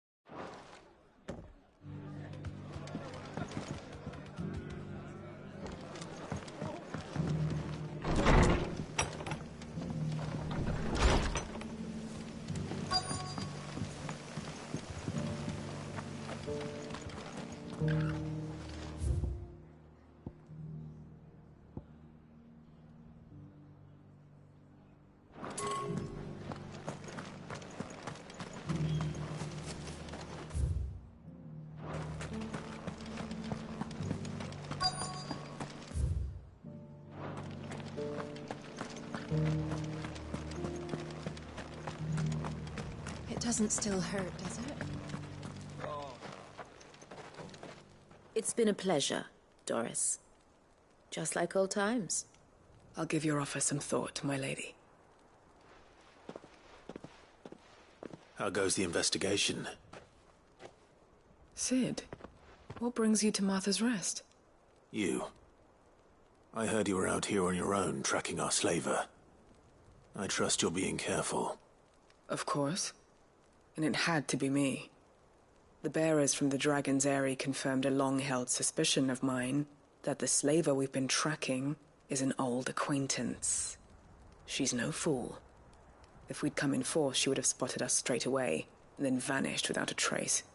That was her just now, wasn't it? So, was it a fruitful reunion? I'd say so. She tried to recruit me. Seems her time in Rosaria is coming to an end. She's abducted bearers from across the region and is looking to smuggle them back into Sambrek. After her brush with those beastmen on the road to Northreach, she hired herself an Imperial escort, which she wants me to join. She's dangerous, Sid, but I think I can stop her. Then I'm going with you. I'll take care of the escort. You can see the bearers to safety. Where are they?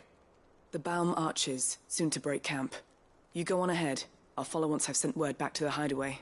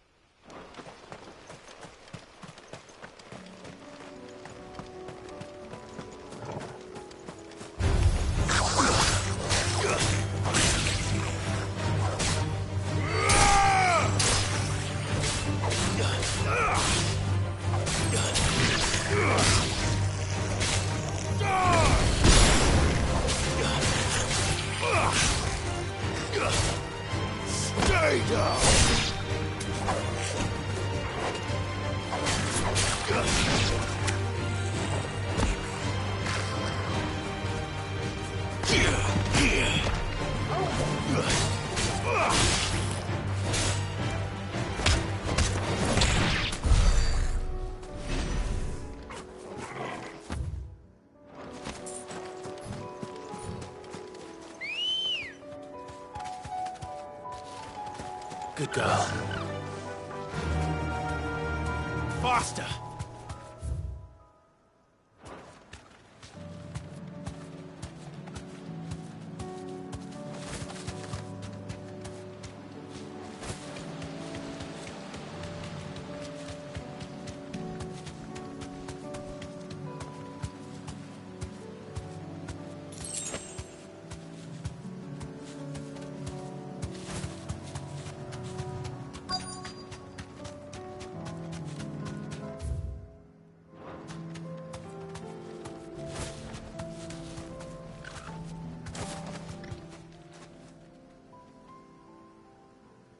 Good.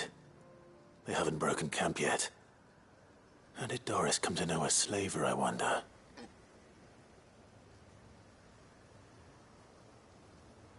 We've waited long enough. She's not coming. Ready the bearers. We're leaving. Back to civilization, is it, Mom? With all haste. Lest any of you lackwits start talking like these feckless bumpkins. I presume your men are ready. We've suffered too many delays as it is. Any more and I'll be docking your pay. Yes, Mom.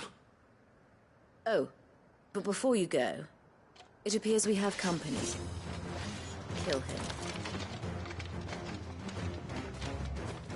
You're welcome to try.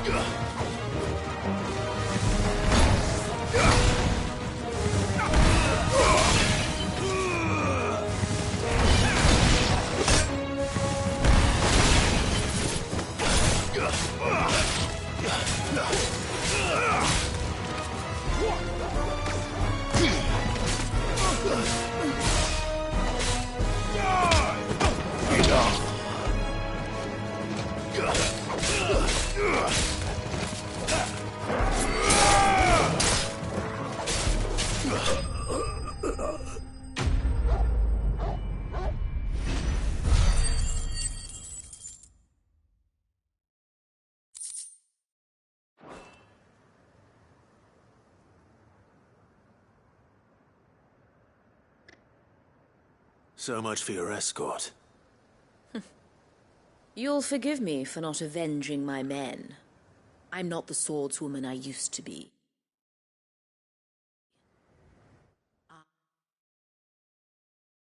I surrender.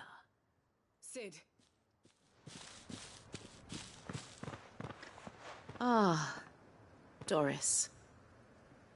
I take it you're not here to rescue me from our brooding renegade? You know, I always wondered where you'd vanished to. But casting your lot with this criminal of all people... Better fighting for a cause than killing for coin. I'm sorry, Sid. I should have told you sooner. This woman, she raised me like a daughter. It wasn't all. You were always so but you. How about it? I never. To liberate the bear. Farewell, master. You always were a righteous child. Perhaps that's the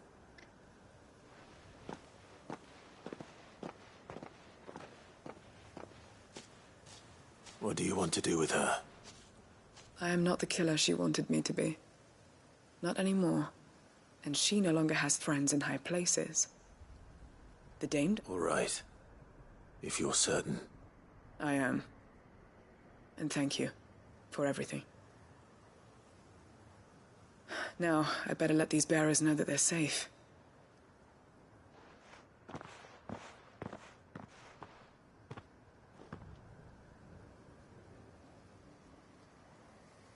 And I should head back to the hideaway.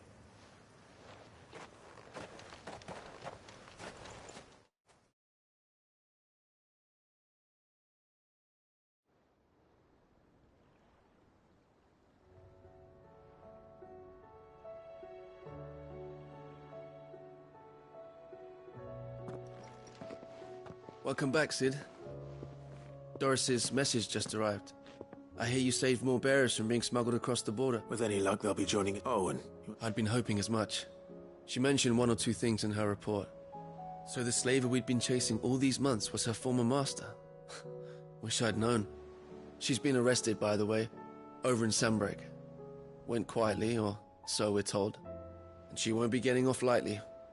The Empire may have no love for bearers, but it's none too fond of black market traders either. Can't have been easy for Doris. I'm sure it wasn't. But don't worry. She'll be all right. I hope so. Suppose you should know, eh? You had quite the past anyway.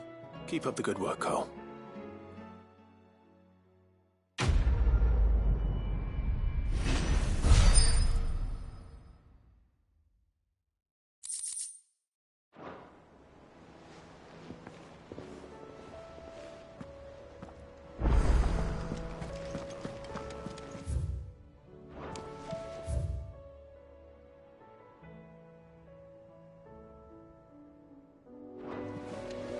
Covered in nicks and lumps.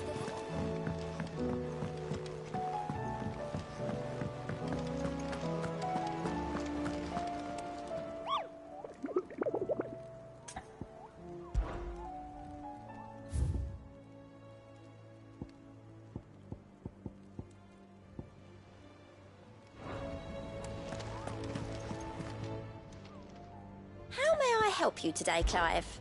Your benefactors are a generous lot. Come again. I may have more for you. Heard the bad news then, did you? What bad news?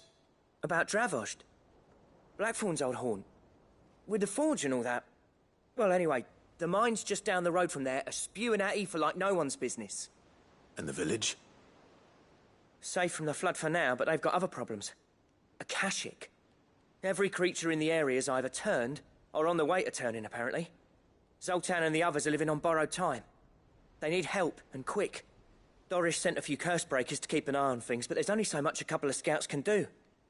Except get eaten. If something ain't done... I won't let that happen. Didn't think you would. Does Black... I thought it might be better if he didn't. He'd only do something stupid. You reckon we should tell him? No. Yeah, well...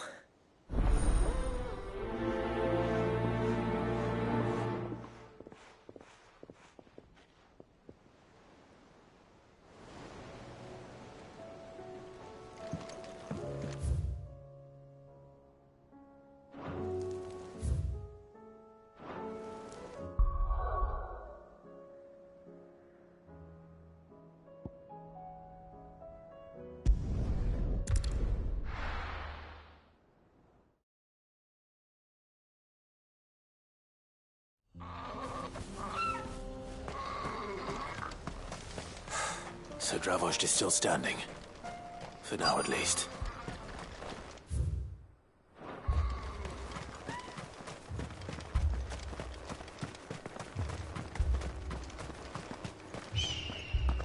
Clive!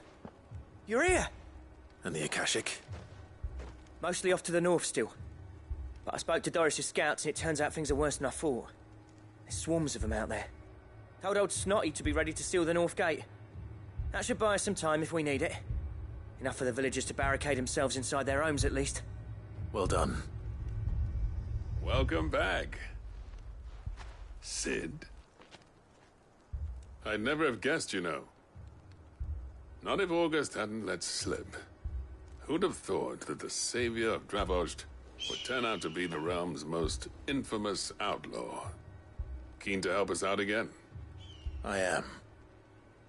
Thought you could sneak off without me, did you?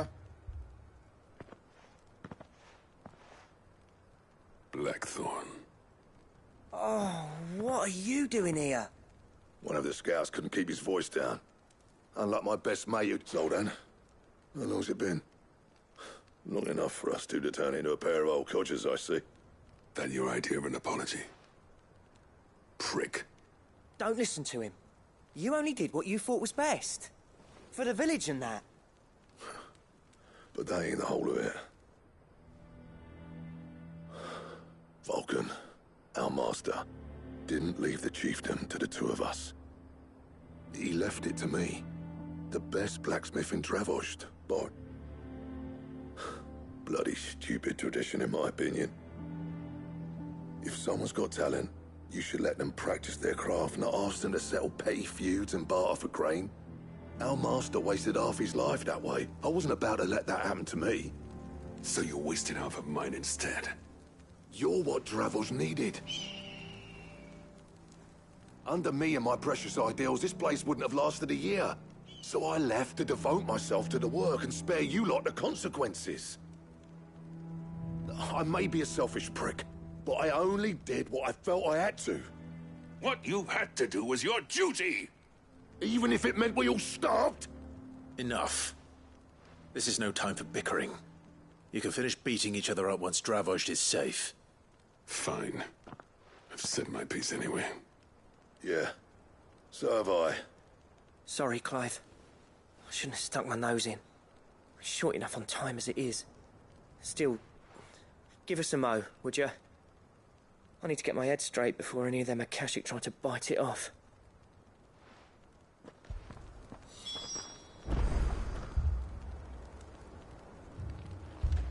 You, ready for the off, then? We can't afford to waste any more time. Right you are. Don't want any nasty surprises, do we? Oh, and... Akashic on the move. How close are they? Within sight of the walls. And there are more coming up from the mine. What was I saying about nasty surprises? They'll wash right over us if we stay out in the open. We're pulling back behind the gates. Good idea. Get yourselves inside, but keep your weapons out. Understood.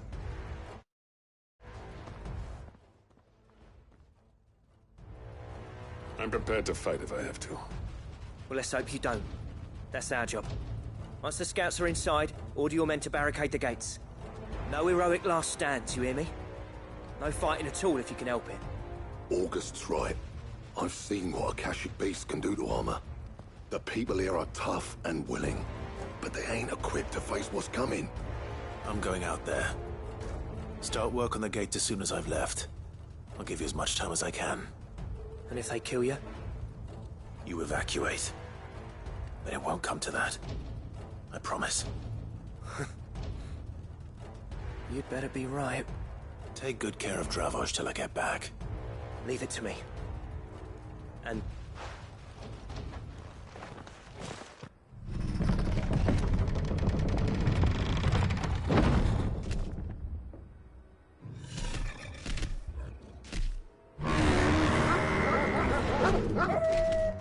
All right. Which one of you's first?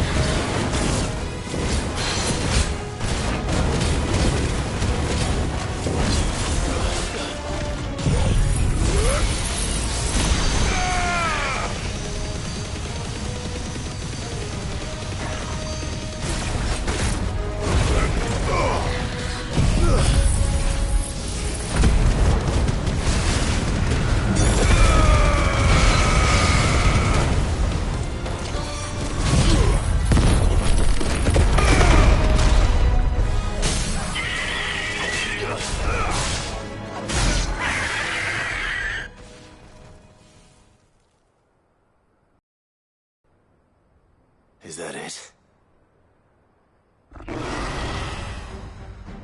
Apparently not.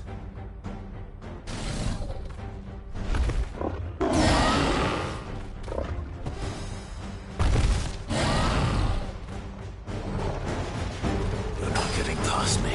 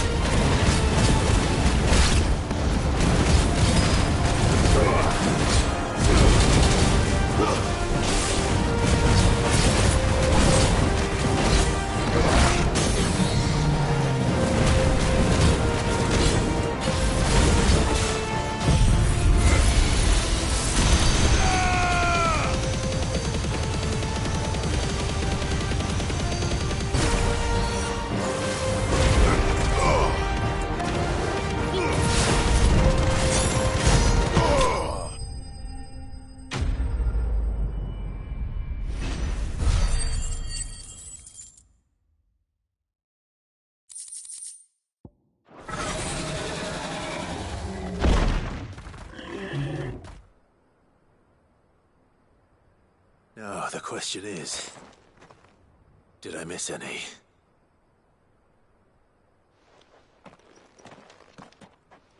Man alive! You're still in one piece! I slew as many as I could. As many as I could, he says. The old bleeding lot, more like it. Well, almost. Only almost. Yeah, one or two did try to sneak over the wall. But we got the bastards, don't you worry. Good. Though you do know, more will come in time. In time, yeah. But we can think about them later. Let's get you back inside.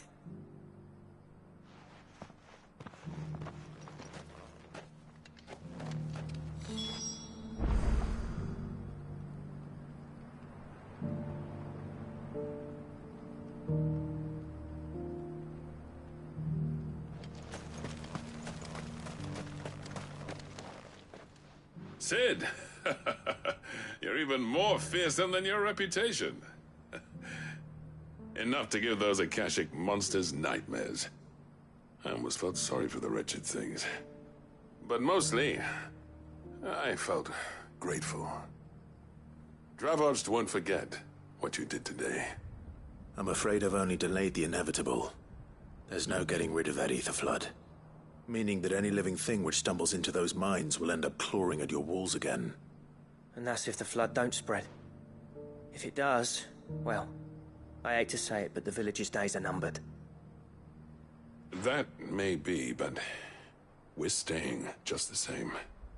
With ether floods springing up all over, it's no less safe than anywhere, and more importantly, it's our home.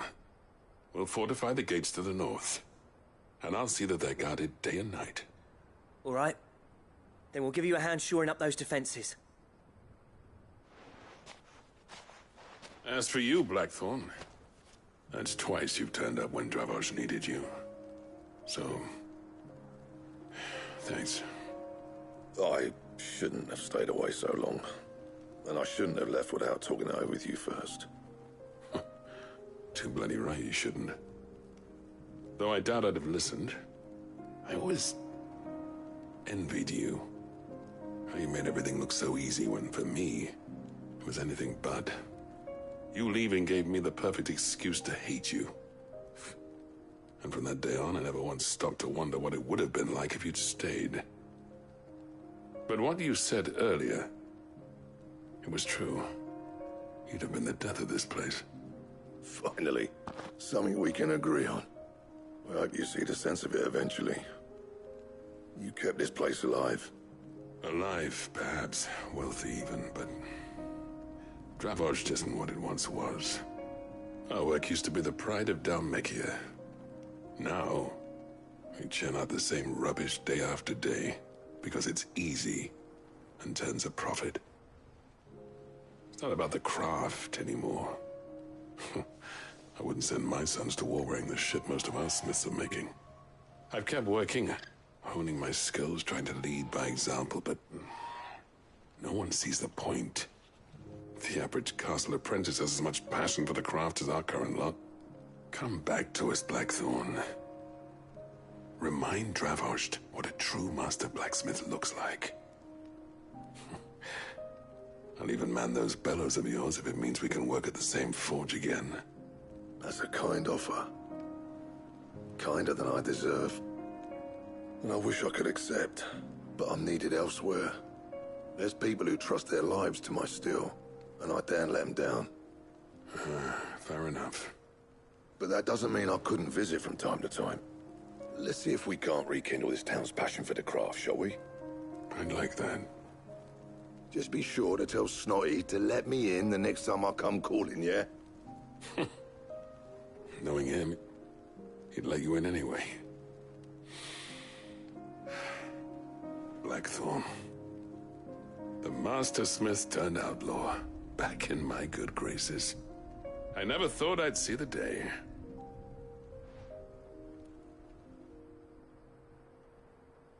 I'd say that went pretty well, wouldn't you? Even better than I'd hoped. Sid, I've got something for you.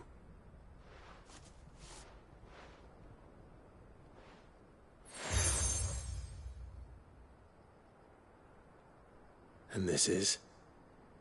A token of our lasting gratitude. But I'm of a mind to make you a far grander gift.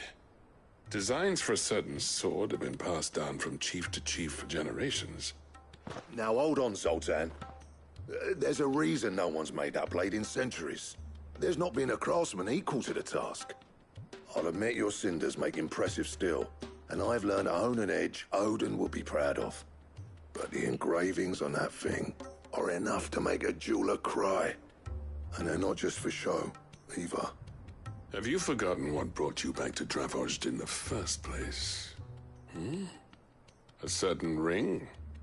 I knew I'd never surpass you with the hammer and tongs. So I turned my hand to a different kind of metalwork. Between the two of us, I'd say we're the equal of any master craftsman ever to have graced a forge.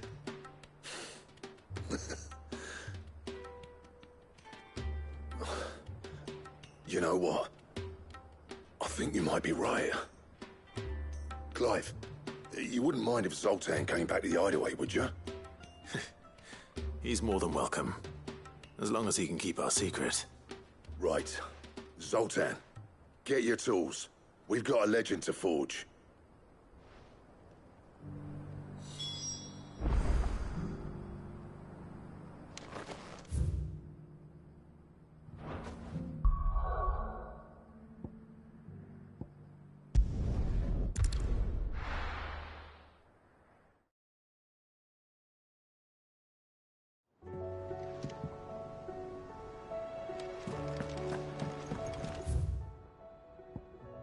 Come back.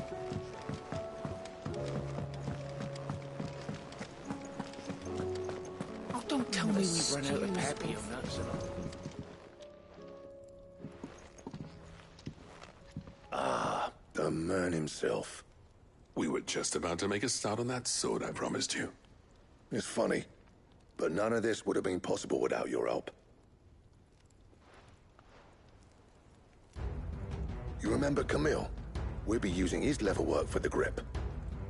The steel, meanwhile, will be tempered in a fire, burning the cinders you charmed out of old Zoltan here.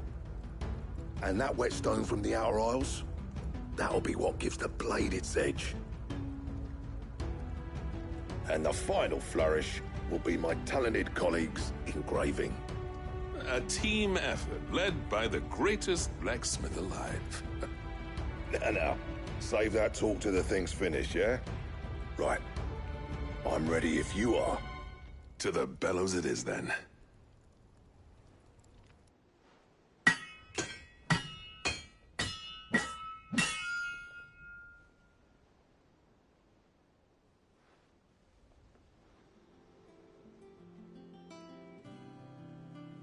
Well, bugger me. We actually did it.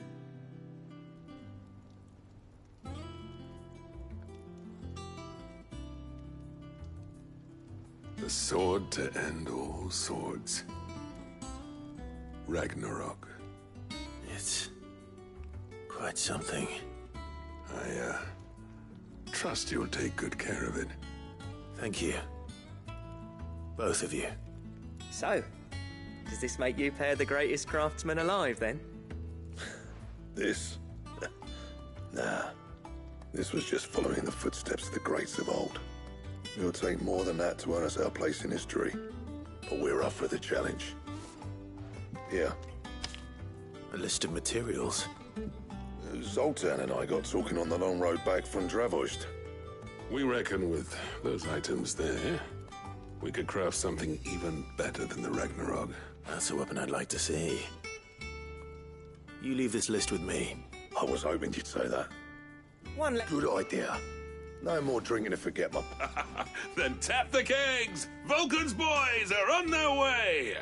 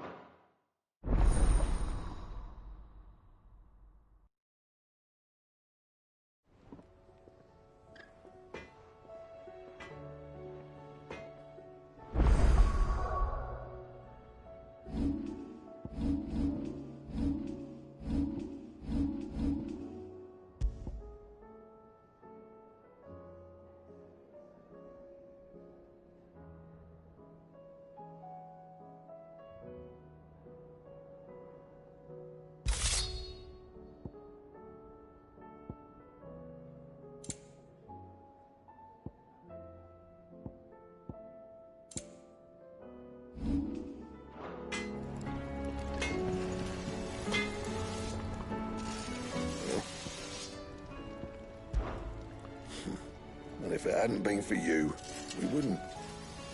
You've been a good friend to me, Clive. The best. Well, thanks for it, dear.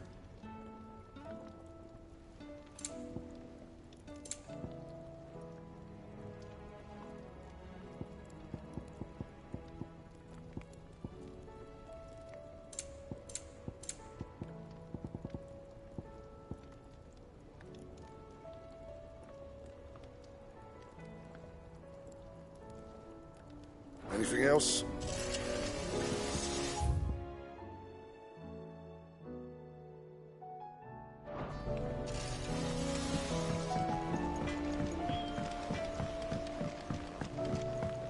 Have you tried Molly's lemon tarts?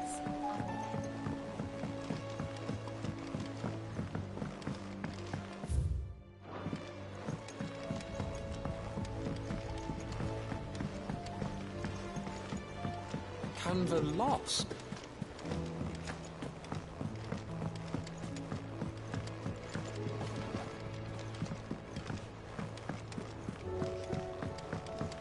Miss, can we read Miss Editor's story for our lesson today?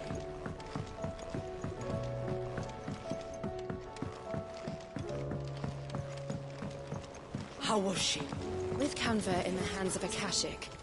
Ah, Sid. Just the man I was hoping to see. Did you have a mo? Don't tell me. You need more bomb ash.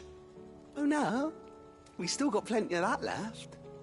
I'm working on bringing enough. It's got a reverberatory hood over the top for additional thermo amplification and a system of reciprocal recirculatory regenerators that let's just say it gets very blimmin' hot. A heck of a lot hotter than anything Blackthorn's got in his forge, that's for certain.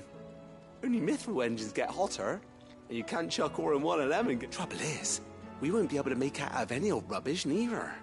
We need the good stuff. And I hear you once helped Helena get her hands on exactly that. Any chance you could help me? If it's for the good of the hideaway, I'd be happy to. Oh, it is. I promise you. So, what exactly is this good stuff you need me to find? We've got a couple of examples here. Spherical echoes, we call them. More fallen materials. So this smelter is similar to the mithril engine in more ways than one. That's right. They're a bit like, and what's more, they're directional. Transferring heat from the inside to the outside. But these things, they're all outside. If we line the hood with them, they'll reflect the heat right back into the furnace. We've collected as many as we can, and I know where we can get the rest. Trouble is, they're all watched over by their bigger, uglier cousins. So you want me to visit some ruins, destroy some echoes, and bring back the spheres they're guarding? That's it in a nutshell, yeah. We're only 3 short, mind. And we know exactly where they are. There's one up Amber Way, in that ruin that they call Lost Plume. And another in the Silent South, over in Dalmekia. Last one is in the ruins of Advent, which is in the Empire. All right then. Wish me luck. Will do. I'll be keeping all my fingers and toes crossed.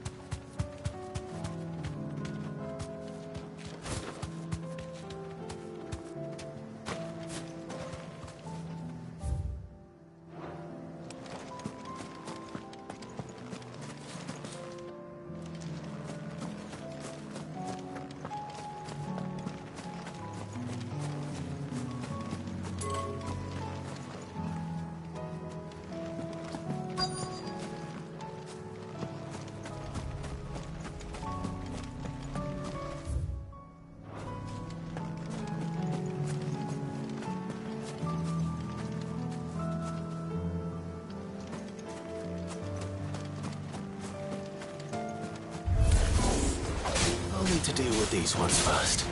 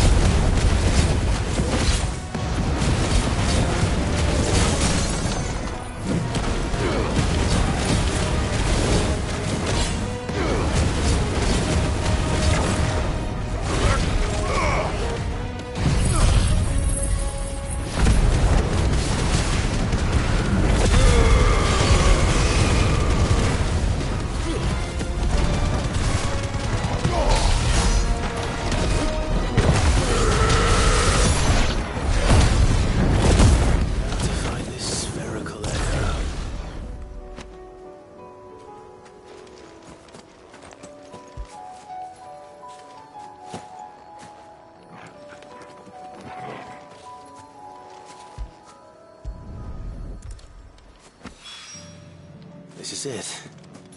Right then. Just two more to find.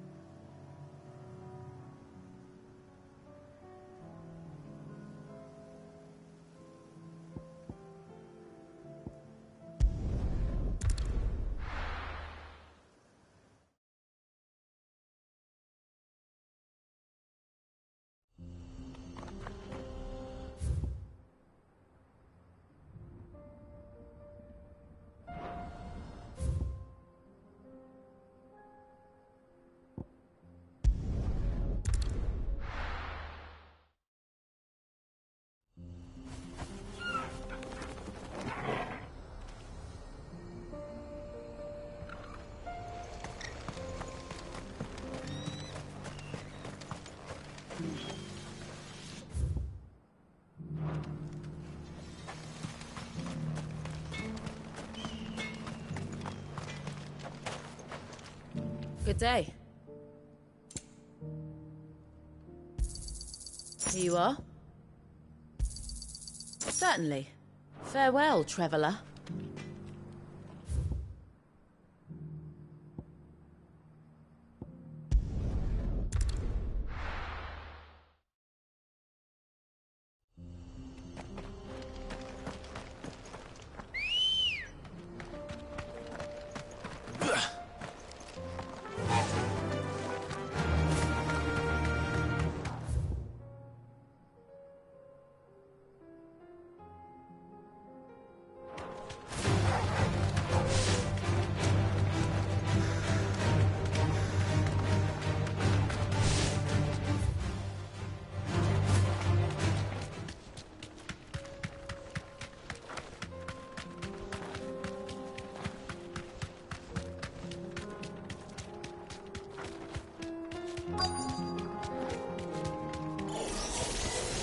You deserve a rest.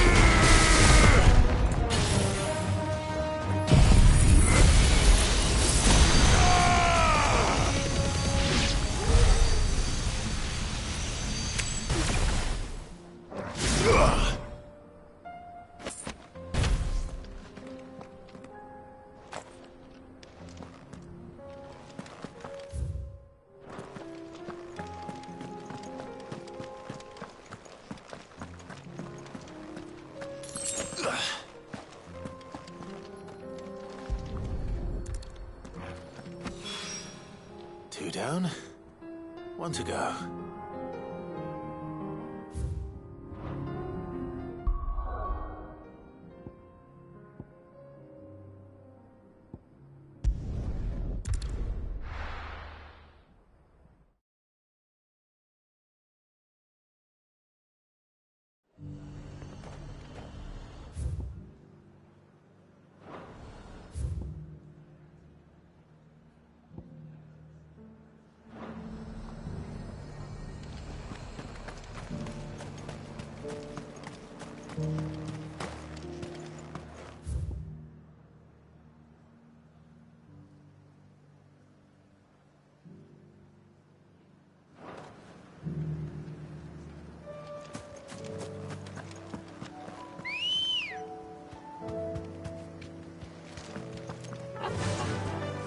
Faster!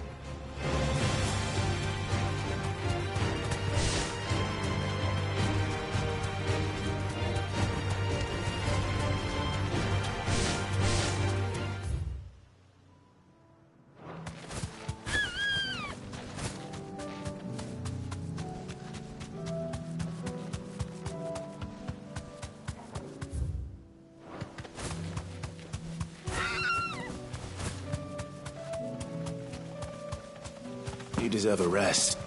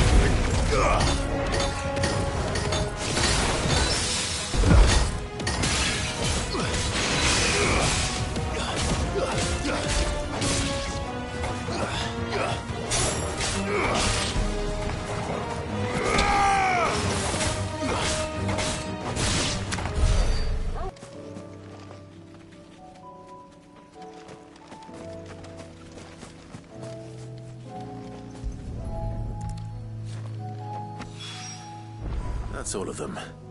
A wine can uncross.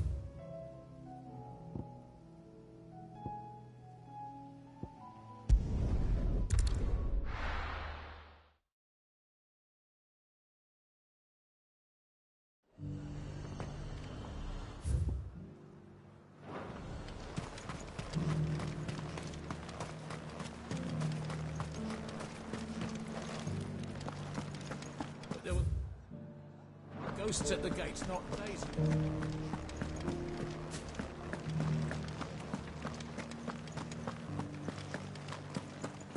Those things I said before.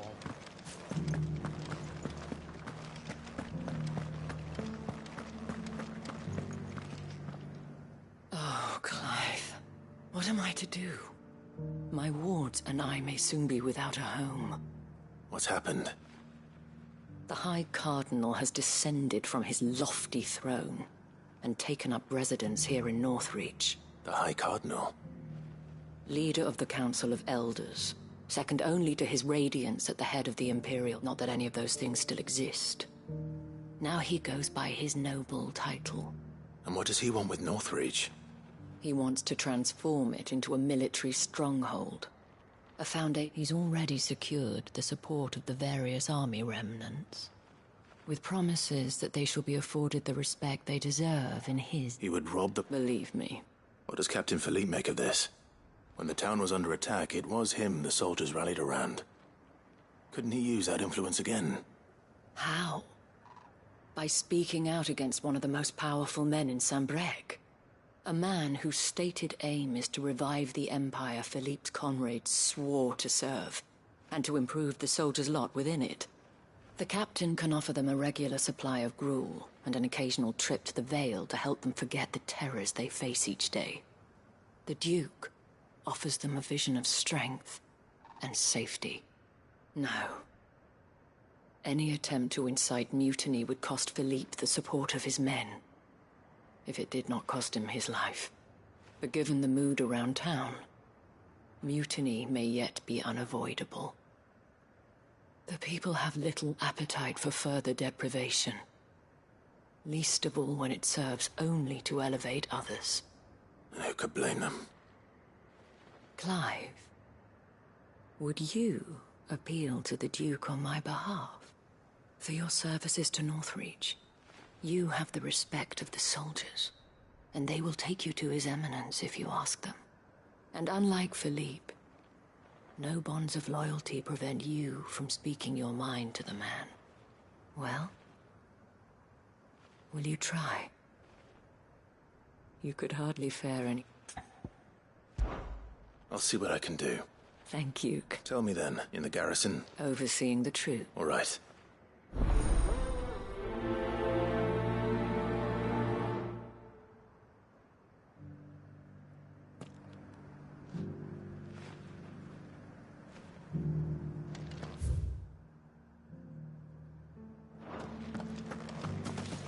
I may have met this Duke before, at the Remembrance Ceremony. Let's hope I didn't make a strong impression.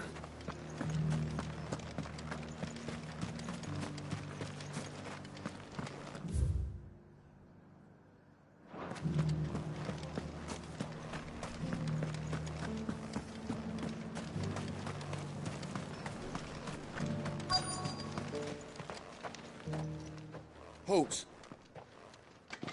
Oh, sorry about that. You're the dame's man, aren't you? You got some business with the captain? No, actually. With the Duke. I was hoping I might be able to speak with him. We're under orders not to let any civilians pass. But you should be all right. His Eminence has heard all about you and your heroics. Wait here. I'll go and ask.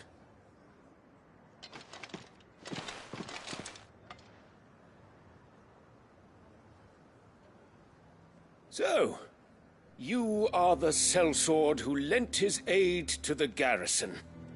The Empire owes you a debt, and I shall see it repaid. But tell me, is it wealth that you seek, or favor? Neither, Your Eminence. I thought only to inquire about your plan to turn Northreach into a stronghold. Ah, I see. You are worried the expanded garrison will render, yet you needn't pride of place, in fact. For too long has the but no more. For it is they who shall see the Holy Empire rebuilt, beginning right here in Northreach. Why here, Your Eminence? The town has been fortunate enough to escape largely unscathed from the recent troubles. Her defenses are sound, and her garrison well prepared. Which is more than can be said for Oriflamme or Twinside.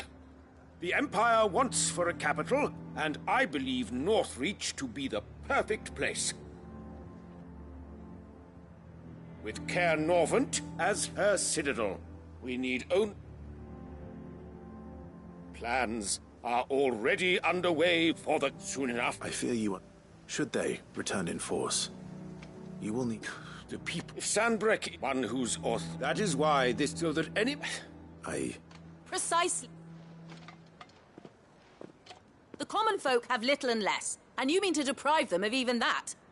You would sow the seeds of your new empire... Sabine, we have discussed this. Yes, And I told you that. Without an... And in yours? Is that what Griga wills for her people? Do not take her name in vain, Sabine. I'll come back later. I wonder what the people really think of the Duke's plan. It wouldn't hurt to ask them, I suppose. Let's begin with those on the other side of the wall. Sabine, you are embarrassing me.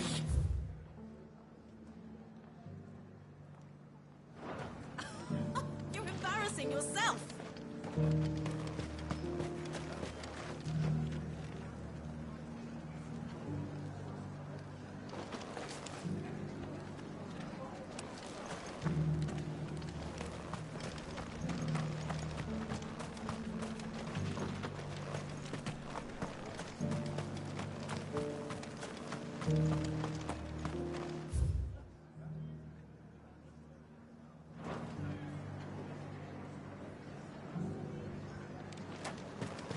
As long as you remain, the veil will see to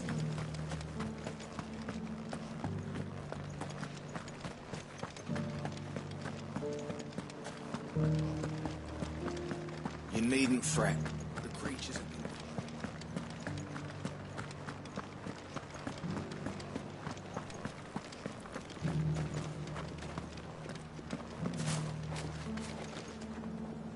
All right there. Just your opinion, actually. I wondered what you thought of the Duke of Oriflamme. Not much. It's thanks to Noble. And now he's trying to... If the dame said she wanted him run it.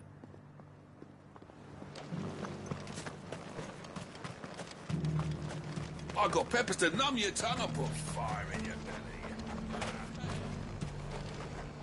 Do you see anything you like? And a fine, fine day to you. I've been hearing a lot of talk about a certain Duke. Nothing good, I'll wager. Going around acting like he owns the place, and with hardly a word to the... I take it you'd rather she... As far as I'm concerned, she still is. Just need his eminence to sod off back to Oriflamme.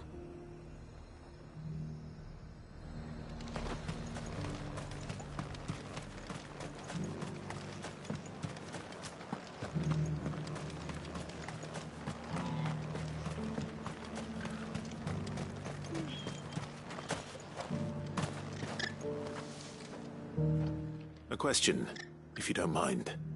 What do you think of the Duke of Oriflamme? Don't get me started.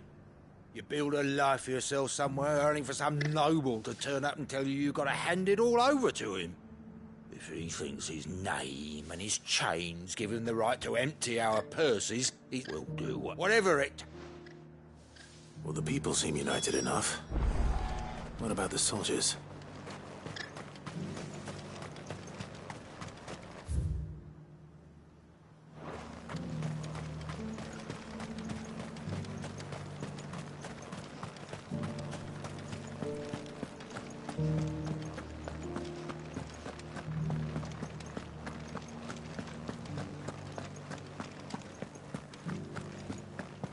Those things I said before.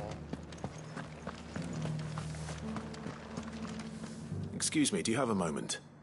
I wondered if you'd mind sharing your thoughts on the Duke of Oriflamme. Well, he's made a lot of enemies coming in the way he did. But I mean, look around us. You can see the state the realm's in. The traders might not think the Duke's got... And if that means...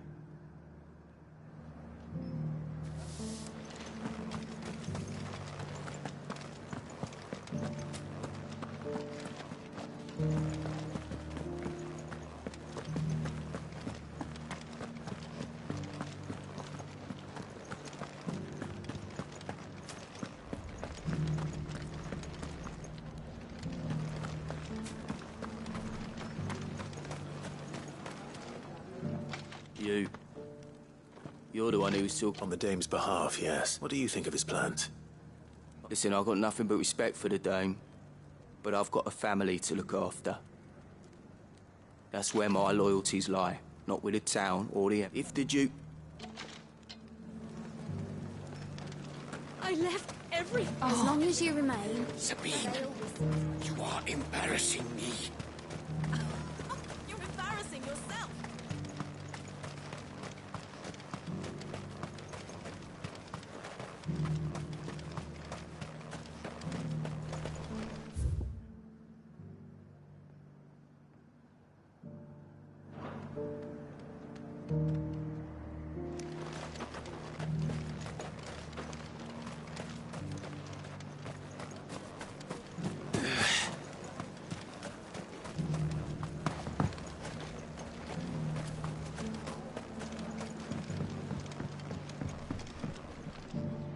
I hear the Duke of Orc. Do you think that's a good... It's not for me to say. All I know... Look, I want Sambra... Let's see what Philippe makes of all this.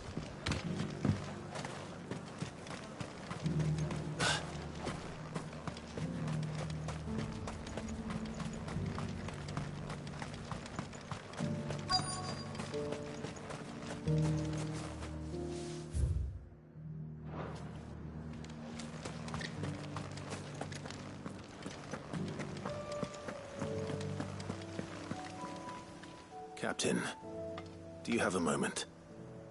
For you? Certainly. Thank you for last time. How can I help you? I wanted to ask you about the Duke of Oriflamme. Do you intend to go along with his plan? But to tell you that it's my sworn... Philippe, I remember you saying that you became a soldier to protect the... That's right. Well... Thank you, Clyde. Protecting the people. Well, thanks again.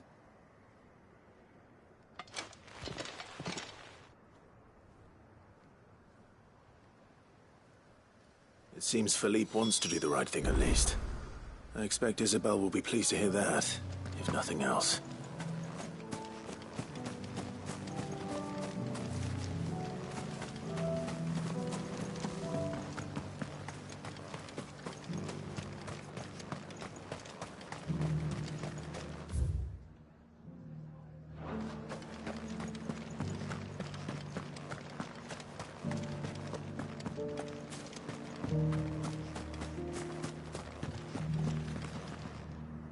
Ah, Clive. How did you fare? Were you able to speak with the Duke? I was... but...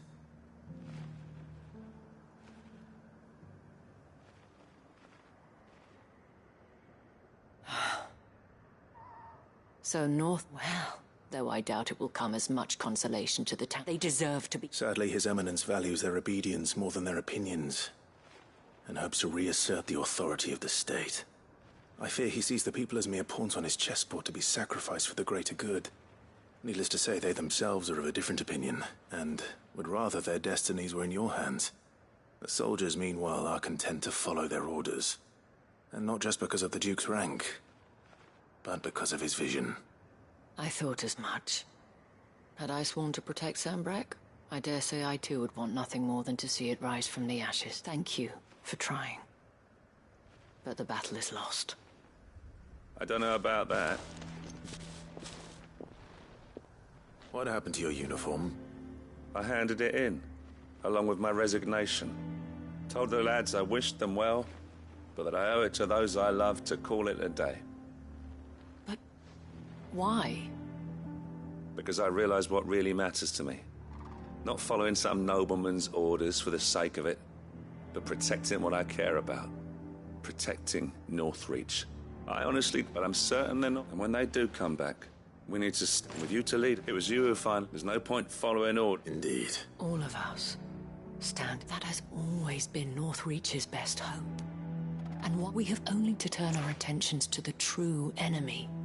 Thank you, Philippe, for showing me... Anything for you. Speaking of standing together, would you mind if I borrowed a few of the lads from the... I fear His Eminence... Not at all. Be my... Wouldn't be the first time.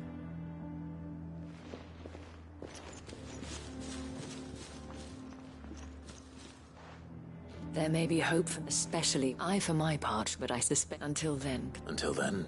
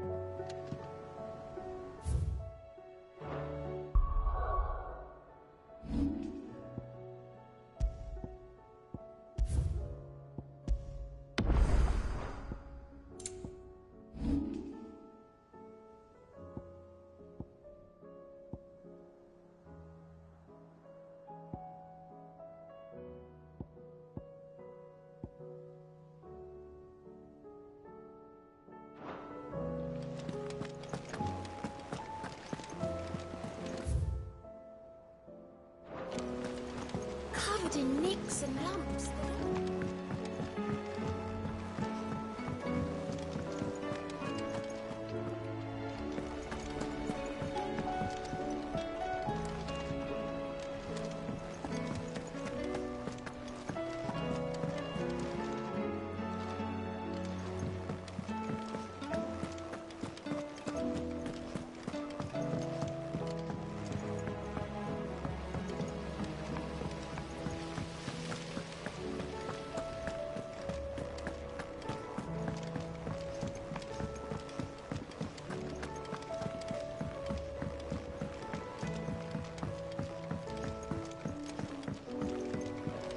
How was she? The Enterprise, I mean.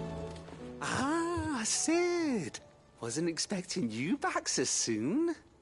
So, is it good news or bad? Good, thankfully. Here. I'll fit him to the...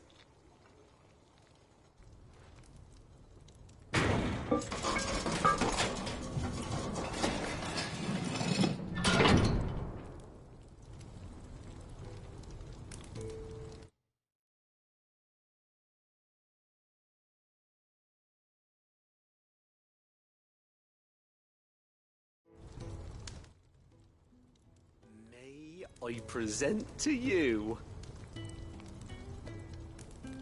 the Telemon Furnace! Ain't bad, is she? She's a beauty. You saved my bacon again, Sid, and I ain't about to let your good deed go unrewarded. It's fine, really. My bag's flexible enough already. Oh, don't say that. I'm sure I can make a few improvements to it yet. You could just buy me a bigger... How about that clasp? Looks a bit stiff. Reckon you could loosen it up and make some more room? And I reckon I know how. With a new alloy we've been working on. The Telemon Furnace was just what we needed to perfect it. It's a metal, see? So it's lovely and strong, but it's also, well, stretchy, if you can believe it. Stretchy metal. Well, if you insist. That is the spirit. You'll love it, I promise.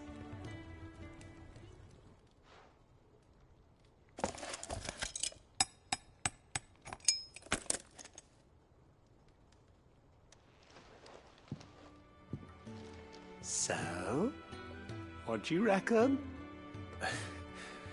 It's actually quite ingenious. Thank you, Owain. Shh, don't mention it. You earned it. And I wanted to get some practice in using that metal anyway. Reckon we'll have all kinds of uses for it around the hideaway. Can't think of any right now, but that's our job, innit? Dreaming up new ways to make life easier around here. Maybe even out there, too. One day, the whole world's gonna know about the inventions you've helped us put together. That bag of yours will be the first of many. You mark my words. They'll hardly believe their eyes, I'm sure.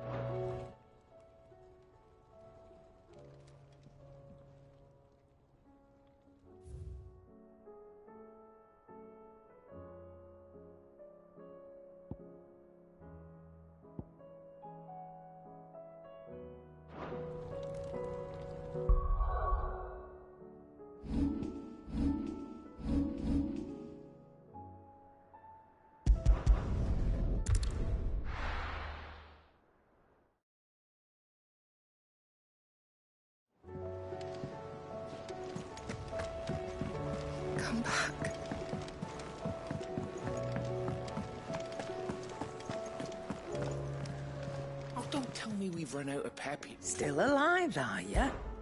If you're gonna buy something, be quick about it. You're rubbing me blind, you know. It'd better all be here. You'll not find a better price than that. It'd better all be here. Finished, are ya?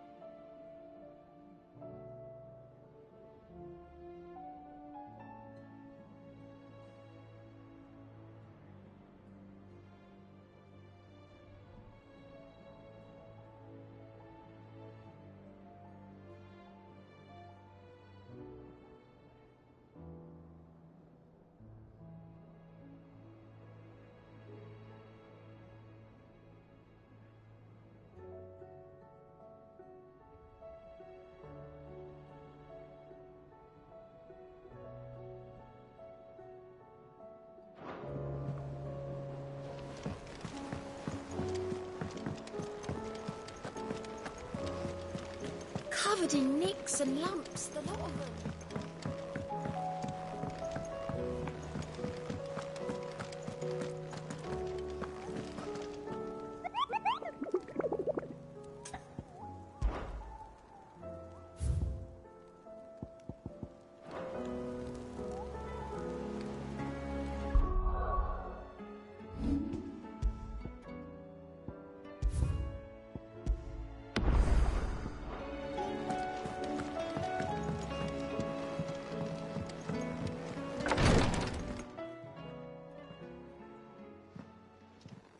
How are you feeling, Joshua?